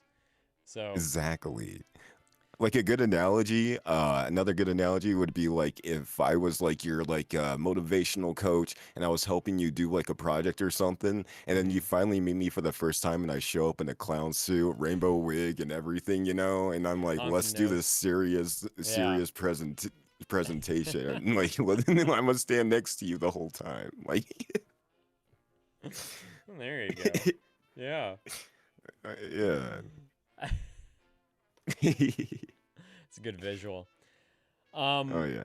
Well, regardless of how you end up pursuing this, I am a huge proponent of breaking down goals into manageable morsels that you can actually fucking manage, you know, like, and actually consume. So, like, breaking down that lofty idea of how you perceive yourself in like 3 years or something, how you're going to achieve that, and those steps, breaking them down into even more so baby steps, into even more so baby steps. So you're just inching your way forward and building that momentum towards this thing that you want to ultimately achieve. Whatever the hell that looks like, you know, making it a manageable pursuit is the bulk of the fucking work that you're going to do. If that means starting up an Instagram and just like grabbing a name while you figure out what that Instagram looks like for your cause. And perhaps talking to somebody. Talk to somebody that is well-versed in social media marketing, how to brand some sort of entity, perhaps one that specializes in music or something like that. And like asking for help, because it's out there, you know, it's fucking out there with people that have done this stuff for nothing, really for nothing. You can get advice for fucking free from anybody on the internet. Like the music industry specifically is very homegrown these days. It's very homegrown. From the equipment to the exposure, you can be discovered if you record stuff at home. People have done it. People have got out there. I'm gonna focus on that online presence and take your advice. You know, think of that name, come up with that Instagram, and deliver that message. Yeah, exactly. And just, you know, like really break it down into the finest qualities, the message that you really want to get out there first and foremost. What's that elevator pitch? You know, start there. Just 2 sentences. And how does that look in a few posts? Right? And then from there you can begin to expand. Okay. T's saying, but for real, if you're not comfortable showing your face, voiceovers can be highly emotional and catching if you do them right. If you need anything in regard to that, reach out. I literally did a scientific paper on voices that had the title, How to Reach Someone's Soul. Acoustic cues of empathy and auditory salience in voiceover-induced emotional engagement. Fuck off, T, you goddamn liar. That's a damn lie, and you know it! Oh my God. T-Matcher and everybody else who has offered any kind of help, I will reach out to you later tonight, and I will talk to you. I will talk to you. Your words have not gone unread, and I will reach out to you guys later. Yeah, and another person who has entered the chat, I'm a fan of Burnt the Bee, W karaoke singer. Are we ya? love karaoke. We love karaoke. There you go. Burn That Bee is, everyone's a fan. Everyone's a fucking fan. Easily so. Sincerely, how can you not be a fan of Bee? Truly. I'm a fan of everybody. Oh, there you go. Well, then it means nothing. That means absolutely nothing. Fingers pressing, you know, like the nervous finger thing. Sure. T's paper's in German, so sorry. Yeah. At any rate, another point that I want to make really quick before jumping off to pee and then choose someone to raid is don't be afraid of help, either. Anyone offers it, fucking take them up on it. Truly, you know, if they're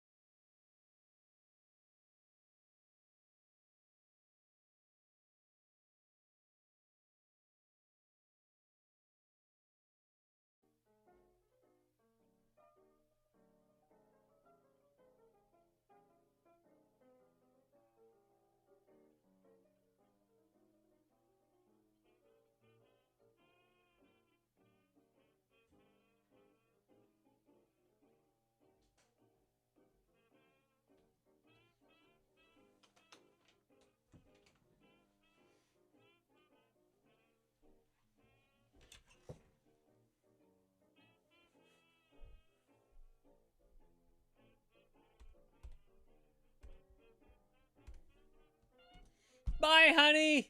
Thanks so much for stopping by. Glad that you had a nice Thanksgiving, and I'll catch you next time. Did we get a shout out for honey already? If you're not following her, go fucking follow her. Here's the old raid message. And woo, indeed, Sus. Hi, I hope that you had a nice Thanksgiving as well, Sus. Miss ya. Thanks for reaching out, by the way, and you know, just using me as a wall to bounce some things off. I've always appreciate you. Yeah, I know, right? Seriously, all of Aspella's handiwork. Please use it, everyone. Please fucking use it. Copy paste to your heart's content. Boink. Let's see. We had Clutch is on. I just want to look and see who else is on too, just for fun. Oh, well, B's on. The 162 viewers. I rated Clutch twice. We already have a few B fans in here. Meh? What do you mean, meh? Should I not? I'll not raid B? You don't want me to raid B? All right, Clutch it is. Fine. You have the last say. Bella. Thanks for the emotes. There we go. Oh, she's a bit loud. Okay. No, I understand that. I get it. Yes. Yeah. I get it. Yeah, it's not Disco B, it's B the Chaos. Okay. Burn that B. Be the Chaos. Here we go. You guys, thank you so much for a nice, warm welcome back to streaming. Really appreciate it. Felt like the, training wheels were on a little bit, like learning to crawl again. It's getting my mouth to move with my brain in tandem and in sync. Sometimes it can be a little challenging. So thank you all for hanging in there, for toughing through it with me. At any rate, you guys know the drill. I'll be back on Wednesday and Friday. If you have any other burning, aching questions that you got to get off your chest, you're in the place to be. Thank you all so much for being here. Thank you all so much for coming forward with your questions, with your stories. By doing that, you're all giving others the courage to come forward and do the same. Something that they've been bottling up for far too long. So couldn't do it without you. This place would not be the same without each and every one of you in it. Pool Boy John, thank you so much for finding us and for sticking around. Hippie, thanks for joining the call and for doing a fucking 1-for-1. That's great, man. Really, really appreciate it. Jen, couldn't do it without you. Same with you, Asbella. Nay, hope that you're feeling better if you're still out there. Nubloso, man, I hope you're all right. Do best by those kids. Magic Jack, you're the best, buddy. Really appreciate you. And for all the rest of you that I've forgotten, so sorry. Until next time, here is Dr. Clutch.